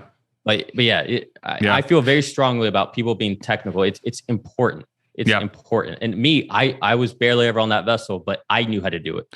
I just don't know how you hire. Sorry, go ahead. Sorry. I'm sorry. I didn't mean to I was just gonna say, it's just, that's how important these things are. All I was gonna say. No, I just don't know how you hire. I don't know how you hire the right talent unless you know what you're talking about. Well, like, how do you hire the right talent? Want me to bring this home to Tesla? Yes, please. So the problem with this world I worked in is that everybody's part of a union. And so when everybody's part of a union, they're very, very protected. Yeah. Supposedly. Yeah. And the mindset with a lot of these people, I'm not saying it's like this with all unions, with UAW or the airlines or doctor, like, I don't know. All I can speak is what I know. And in my experience, the problem was a lot of people had the attitude of, oh, I don't work for company X. I work for the union. Right. And that mentality just creates this, lack of trust between the two. Because what they're getting preached on by the union, and I've seen this firsthand, right? I used to work part of a union. So I'm speaking from experience here, not from, some high ivory tower or anything like that. Yeah. What they would tell us is that the union has their best interests. The company has the company's best interests. And whatever the company tells you they're trying to do, you should always look at it with the eye of skepticism. Yeah. And that was the philosophy. I worked for 3 different unions. They were all the exact same way. Yeah. And that's when I ended up leaving and going into working in the oil world, which does not use unions at all. As ironic as that is with GM and Ford and all them. But yeah, I think it's why I have such a problem with the idea of unions, especially when it comes to like UAW and all that. It's enforcing companies like, I don't know if you saw what happened with Amazon, Staten Island, all that, but one Amazon factory union, one not. It's almost comical. Like, you can't make these things up. But I don't know. Good. Oh, I just have such a strong feeling about this. I think unions were remarkable. They needed to happen. Yeah. Right. But much like COVID changed the era of having to be in office all the time. Well, now we don't need to be in office all the time. And now we don't need unions anymore. Companies try to do what's right by their employees now, or they won't get talent. Exactly. Unions did their job. It's time to take a step back, in my opinion. Yeah. And same thing goes for, so that's my thought on that. The way I think about unions is unions are the result of a poorly run company. That's literally that's the only way I see unions as. And I'm not saying they're good or bad. Unions are there because a company hasn't done right by their employees to take care of them in some way or give them some sort of environment where they felt like they were either being treated right or safely or whatever you want to call it. And so that workforce, imagine the sort of environment that has to happen for a union vote to even exist. Or even for an environment where a union gets implemented, no less, right? Is that the people working there didn't even bother or didn't want to look for a different job. And they wanted to use this environment, to create a union so they can continue working there while being treated fairly. That's sort of the thought process there. So you got to think about what kind of environment has to be there for that sort of thing to happen. If people are willing to stay there and put in the effort to create a union, you are probably doing something right in a sense. You're offering something right, but you're missing a key thing that's incentivizing people to go in and call for a union.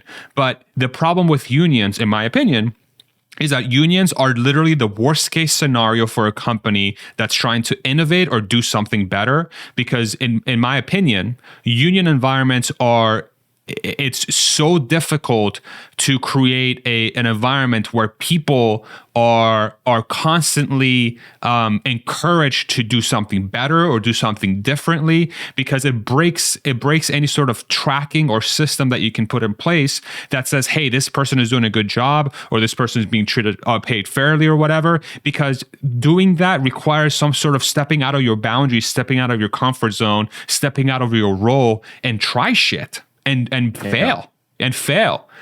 You tell me, but I feel like those two worlds do not combine. Like a company that wants to innovate and a union they don't drive. They don't drive. I don't think they do at all.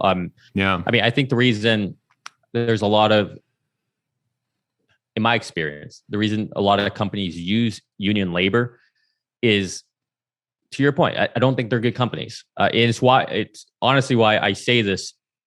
Again, I could be completely wrong. It's just my opinion. So don't take it for anything other than my opinion. But it's why I think GM and Ford are not places anybody wants to work for. And GM and Ford don't care about hiring good labor, because everywhere I've been to, every company I've ever worked at used unions.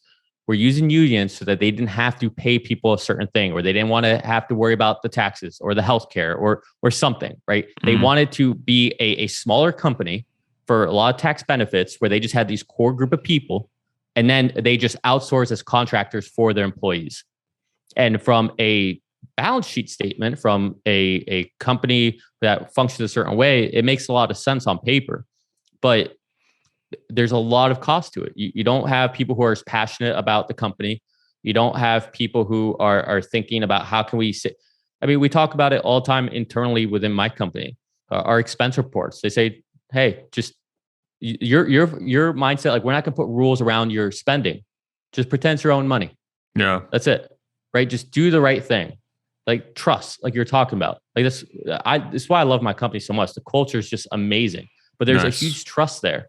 And I've seen with other companies, it just doesn't exist there. And yeah, for innovation, for moving faster, for creating a culture, I think unions tend to inhibit people from having this culture.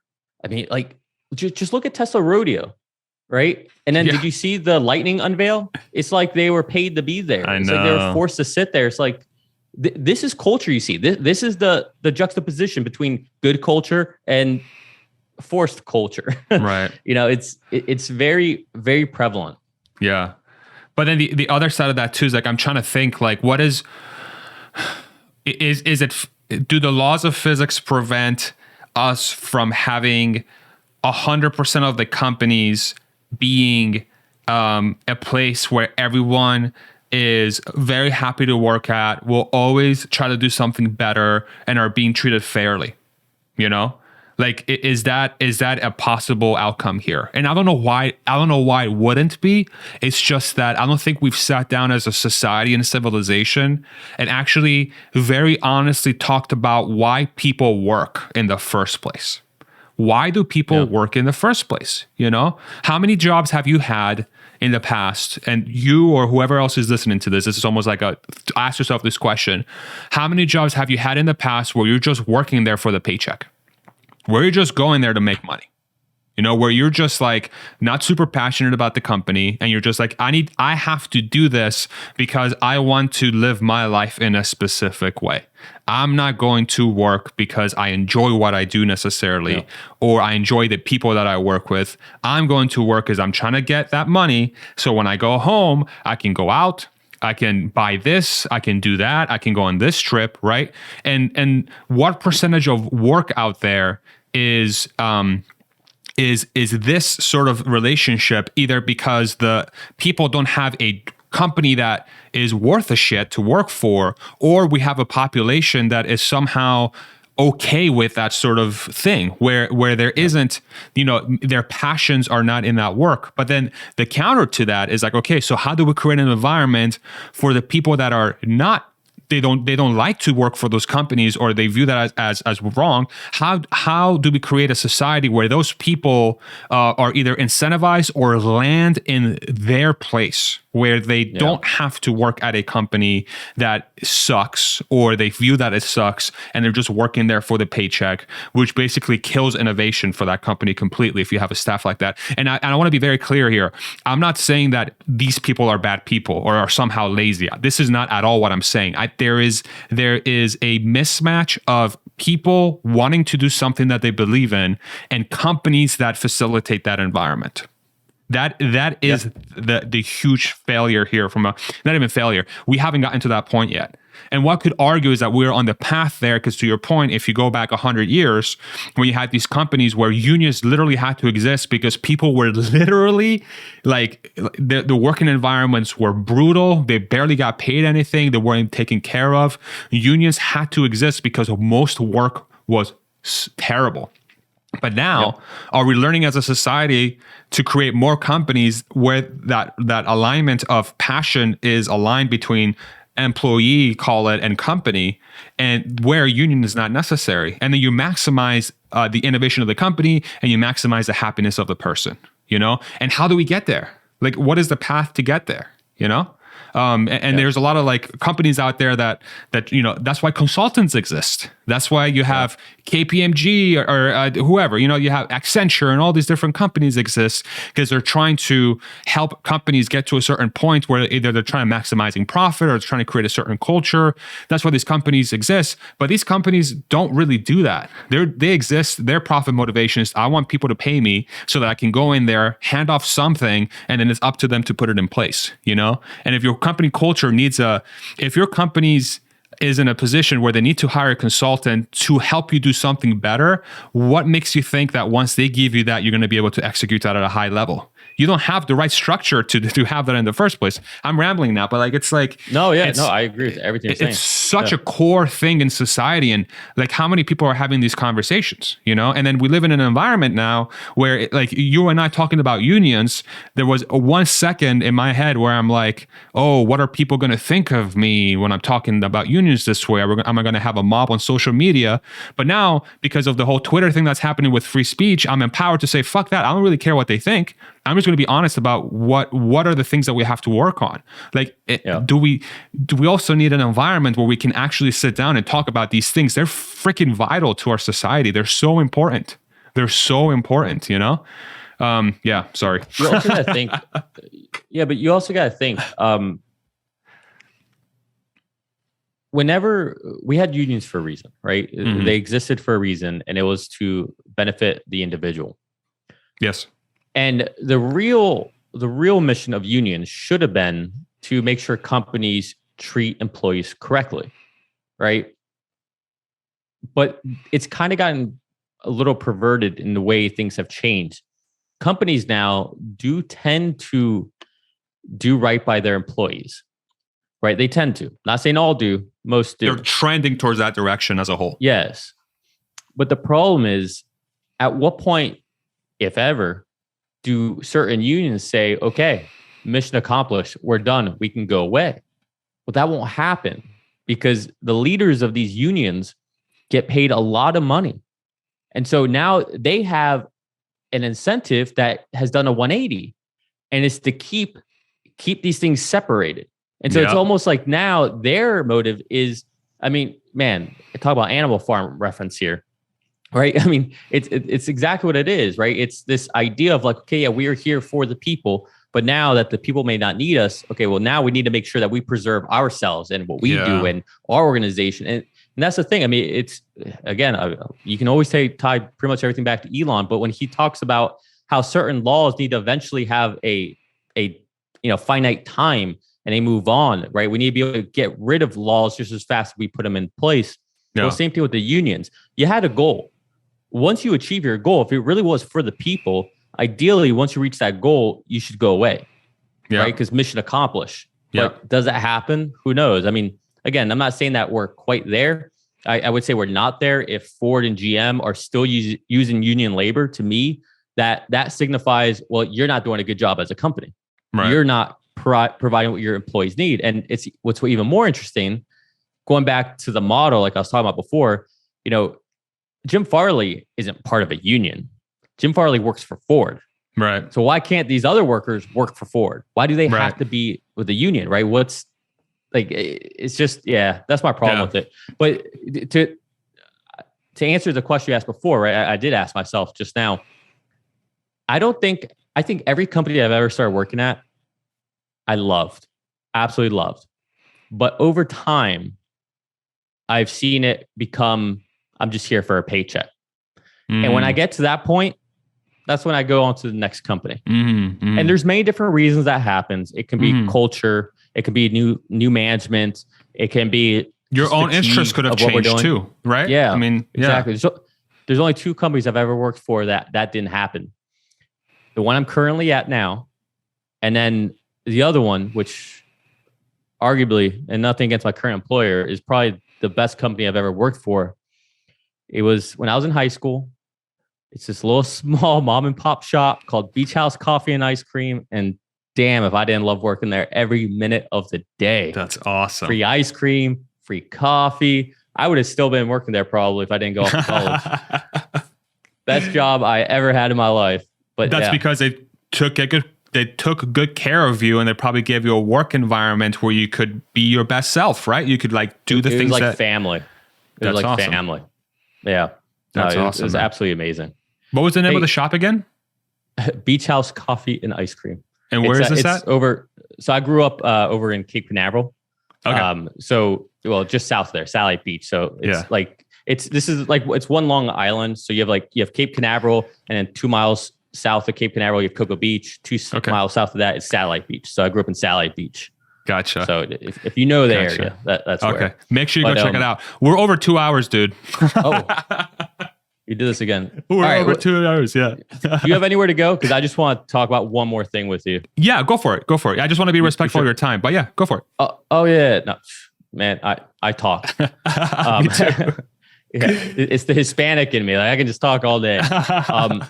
Yeah, go for it. So all right. So I want to talk about FSD before this new release comes out. Yeah. So let me just read what Elon wrote. He wrote, next release 10.12 is another step towards all neural nets using surround video and reconciling output to a unified vector space for control code. It improves complex intersections in heavy traffic, many upgrades to core code.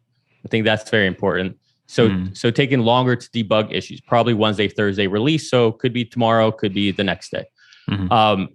Based on that, is there anything that you're looking for before 10.12 comes out that you expect might change, or does any of that ring as I don't know, important for what you're looking at for being within Austin and the challenges you've had there?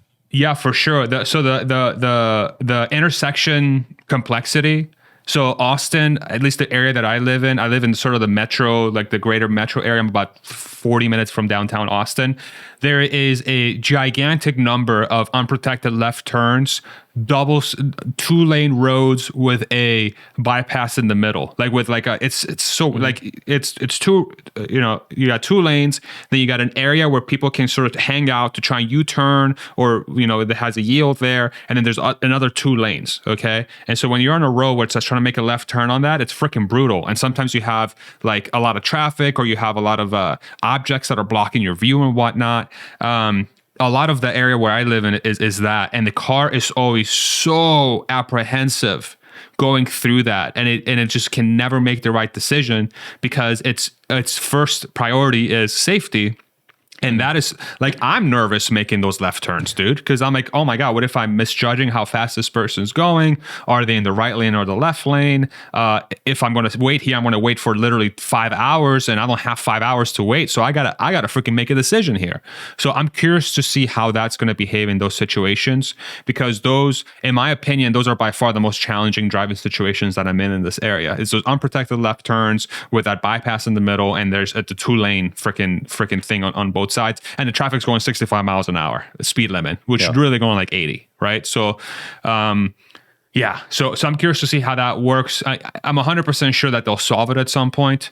What's interesting about full self-driving is that full self-driving seems to make the correct steering decisions almost always, but it's the throttle input that makes the car behave in an inhuman manner, because it sometimes gets overprotective or too hesitant, or sometimes it's just jarring. So it's that freaking accelerator input, So this is exactly what I want to talk to you before this release comes out, because I want to say this to you, my interpretation of this, and then see if you notice this whenever you eventually get the update, hopefully tomorrow. So when I read this, Elon saying a step towards all neural nets using surround video and reconciling output to a unified vector space of control code.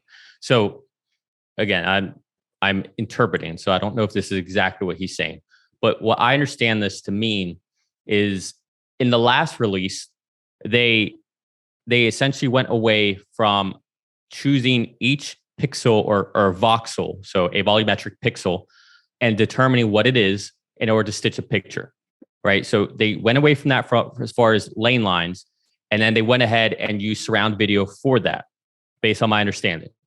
And so that was the first time they did that. And I think Andre Karpathy talked about that was going to be his most exciting feature, I think.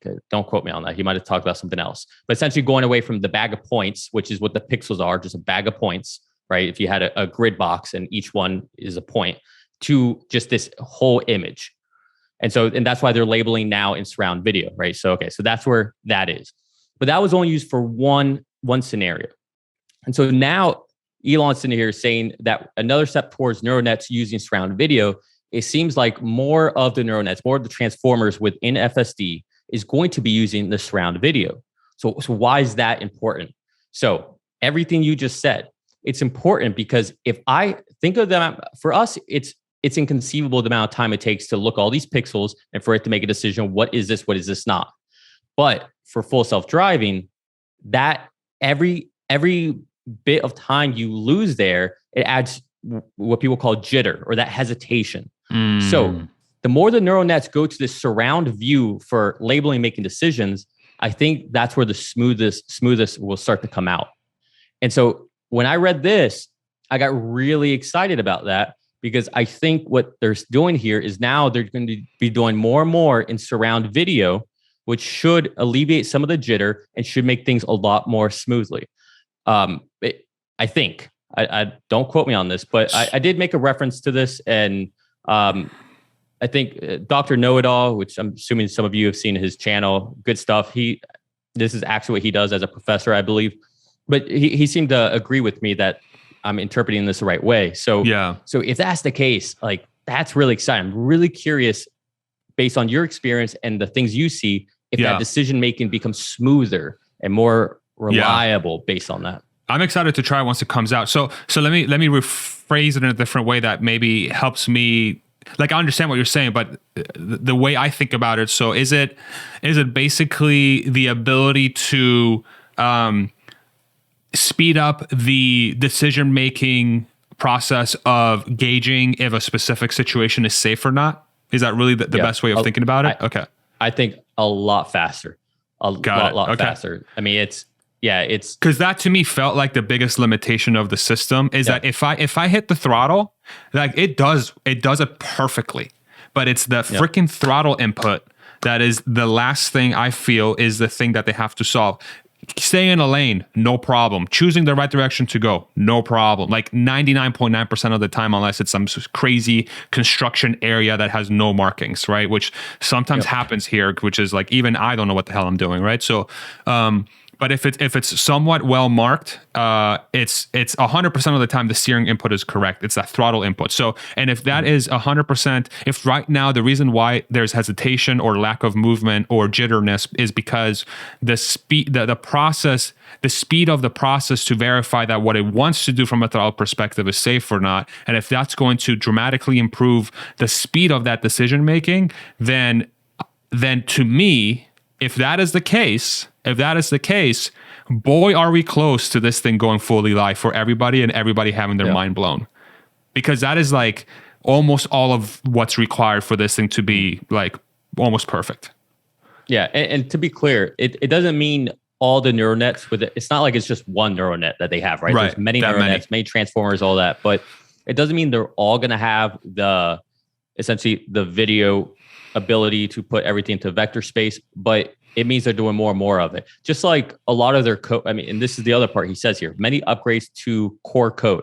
A lot of their core code, Karpathy said, was still just heuristics, right? Just the bag of points. Human coded. Yeah, C++ type coding. Oh, I see. And they're trying to move more of that into the neural net as well, right? So it's So depending on the it's a forklift situation, change. it's like handing off, like, so if I'm in an intersection, it's going to go to the surround video. And if I'm just in, say, on a lane by myself at a single lane road with no pedestrians, it's doing the C++ code. Is that the right way of thinking about it? Yeah, so Or is that too I don't know simplistic? what.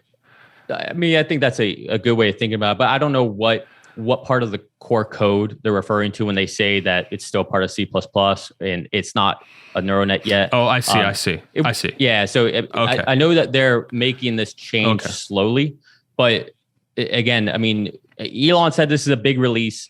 He didn't say anything about it, and then he released. He mentioned what will be in the release, and this seemed very, very exciting.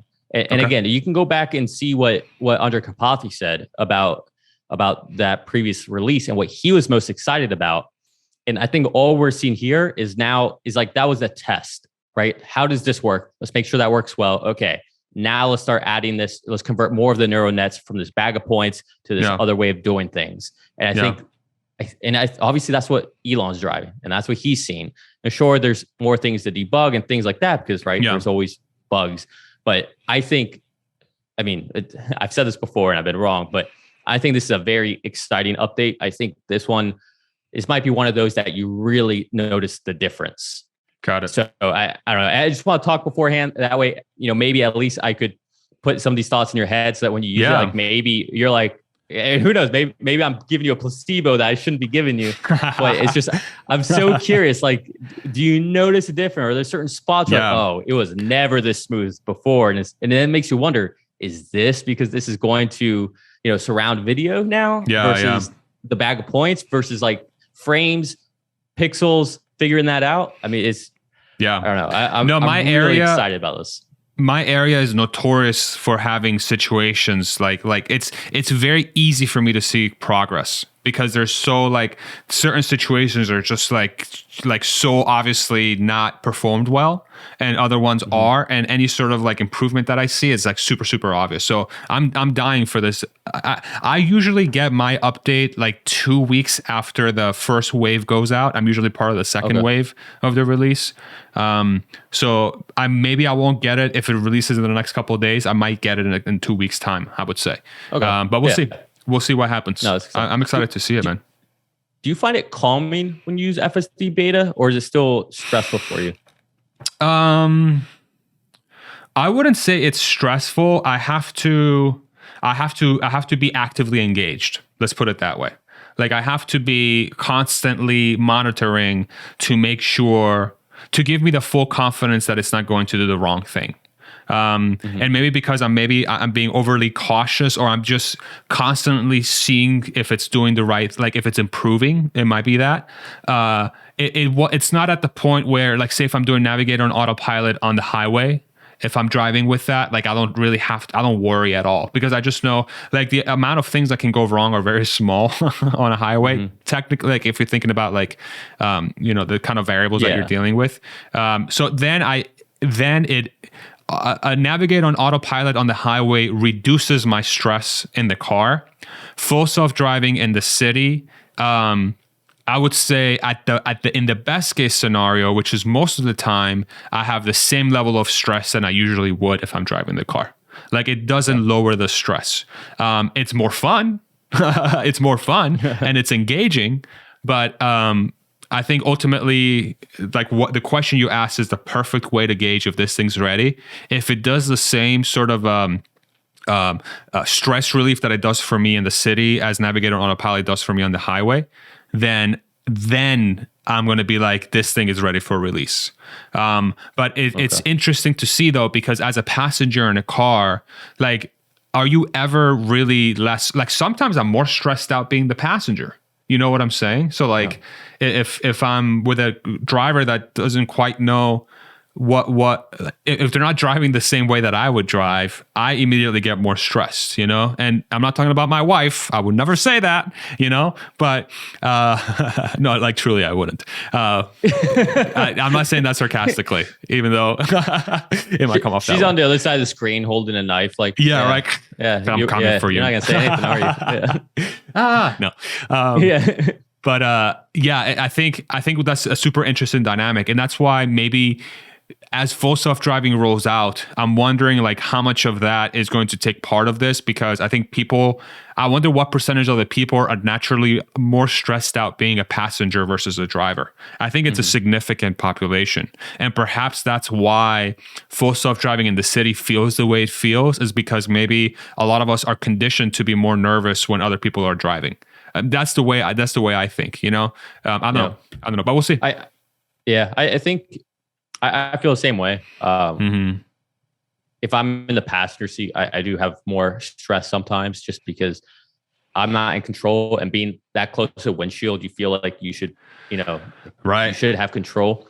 But if I'm like in an Uber and I'm in the back seat, honestly, I don't even think twice about it. I put my AirPods in, I'm on my phone. So I think it also depends on where you're sitting, plays an impact on it. Let me ask you one more question, and I'm sure you have to go soon. No, keep going. That's like fine. I said, I could talk all day. No problem.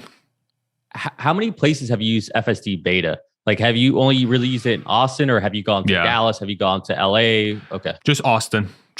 I do hear that full self-driving is better in certain cities, which I think makes sense, because most of the data collection is going to come from probably California in that area. And so the situations and the data sets that are provided are more conducive to solve the problems that the Californian roads would give.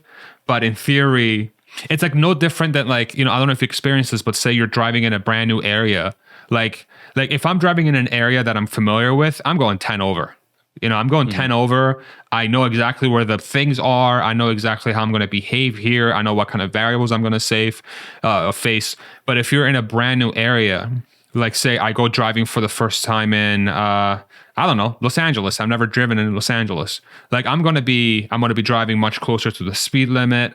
I'm going to be more hesitant. I'm not going to be as confident making certain maneuvers. I'm going to be much more careful when I'm merging into certain spots. I'm going to be weary of like the road conditions and stuff. I'm going to be watching for potholes and things, because I don't have a mental map of where they're going to be, So like, I'm curious, like how much of the data sets that are collected in those cities that they perhaps don't have as much data are a direct correlation to how our brains work when we're in a brand new region. And again, I'm speaking for myself, but I don't know if you're the same way, where like if you're in a new area, you're going to be driving more carefully.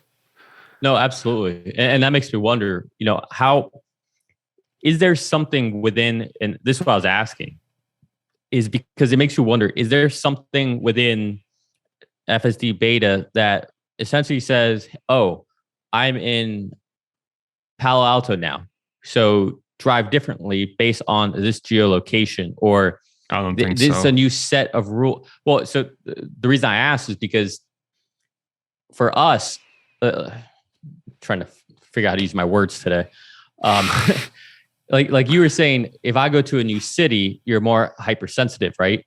To the driving and everything you're doing. But theoretically, the only reason that is because you haven't done it before. But the way FSD beta is at least talked about is that I can put it anywhere and it should just be able to drive. So it shouldn't have to have that recall of, oh, I've been here, or I've seen this, or I've done this. Right. So like we're comfortable going 10 over because I already know what's going to happen 2 miles before I even get there. Right. Yeah. It's not like the vehicle is like, oh, I'm here, I know what's going to happen. It's not like it's got an HD map built into it. But I feel like it has to have something in it, because there are certain rules that are different based on where you are, right? North Carolina has certain rules that you can't pass, or you can't stay in the left lane if you are not passing someone. If you go to the UK, there's certain everywhere. Rules there. I mean, yeah, well, yes, you would think. It ain't happening in Texas, I'll tell you that much, yeah. Yeah. You'll just get ran over by some lifted truck. Yeah, on the right lane, no less. Yeah, I know. I see what you're saying. I don't know if it's so much like geofence. I just think again, I don't know what the fuck I'm talking about, but like I wonder if it's just it's maybe the conditions of like the variables that are being shown in that region that you're driving in dictate the behavior of the car. And if you don't have it might be as simple as like how wide the lanes are. Like if the lanes in Texas are wider here because there's so many freaking pickup trucks and semi trucks that fly through here, like a lot of the lanes are and they have a lot more room. They're wider. So will having a wider lane somehow influence the neural net to approach a specific situation differently because of its position in the lane? And is that going to somehow impact the statistics that drive the software that say, if you have a center bias or a right bias for a left turn in a wider lane, the chances of blah happening are this, and that's why the car behaves a specific way in Texas versus California. You know what I'm saying? Like it just could be those small things could be dictating how it behaves. I could be 100% wrong, but intuitively I think because building in like a geofence thing for the code feels like a complexity. It's like a human literally has to sit down and do it. You know what I'm saying? Yeah, I don't think I mean so much like geofence, but more like if I'm in a certain, I don't know, if there's certain rules for certain cities or states, like Chicago has weird things where you'll see a stop sign both directions, right? Like there'll be a stop sign on both sides of like, I'm literally quoting a video I saw from Frenchie. But there's a stop sign here and there's the same stop sign on the other side of the intersection. Just that's what they do in Chicago, I guess. And it's like, okay, well, if you're in Chicago, maybe FSD realizes, all right, I'm in Chicago. Here's a library of rules just to keep in mind that are specific to Chicago. Wait, Chicago has two stop signs back to back in the intersection? Yeah, it's weird. Again, I've been to Chicago like 3 times, but this is just from a video I was watching with Frenchie. It's like on both sides of the intersection. And what would happen on some of his videos, the FSD would go, it would kind of stop halfway through and then just keep rolling through. It would realize, oh no, that's not a real stop sign for me. It was just this weird situation, but okay, hang on. Let me just make sure I understand this. Like, because if this is true, like, what the fuck are they thinking? So you have an intersection, right? You have this way and this way, and then if I'm going up here, here's the corner, here's the stop sign, right? And here's the intersection. So there's a stop sign here. You're telling me there's a stop sign here too, like right, like in the next corner? Yeah, like I'm trying to look this up right now. Let me see. I'm about to write a letter to the city of Chicago. I'm 99% sure I know exactly what video this happened in, so I can always text it to you. Just send me the link and then I'll check it out. Yeah, for sure. Yeah, it's wild. But anyways, it sounds super confusing. Sounds super confusing. But, the point I was just making is that there's certain rules that can be for certain cities or states. So I would imagine there's like a library of rules that might develop over time for a state or a city or just to be able to access like, oh, okay, well, here are special rules over here, special rules for this place. Yeah. Right. Otherwise, how are you ever going to learn all the rules? Because what's okay in one city might not be okay in another city. I see. Yeah. The only time that thing appears is when the rule is in effect. So it's not so much about learning the rule, but it's learning about the situation. Like, you know what I'm saying? That's so weird. And then you run into a whole host of crazy stuff too. Like say people start like doing things like that are super weird. Like they put a stop sign in the middle of the road, for example. You know, like a human would probably be like, why the hell am I listening to this? But I'm wondering if you can build that into the neural net as well that says, hey, don't listen to the stop sign unless there's an intersection or there's a line. I don't know. It gets crazy at that point where people will go out of their way to try and trick these things. But anyway, dude, thank you so much. Really appreciate what a conversation, bro. Woo! 2.5 hours. A new record.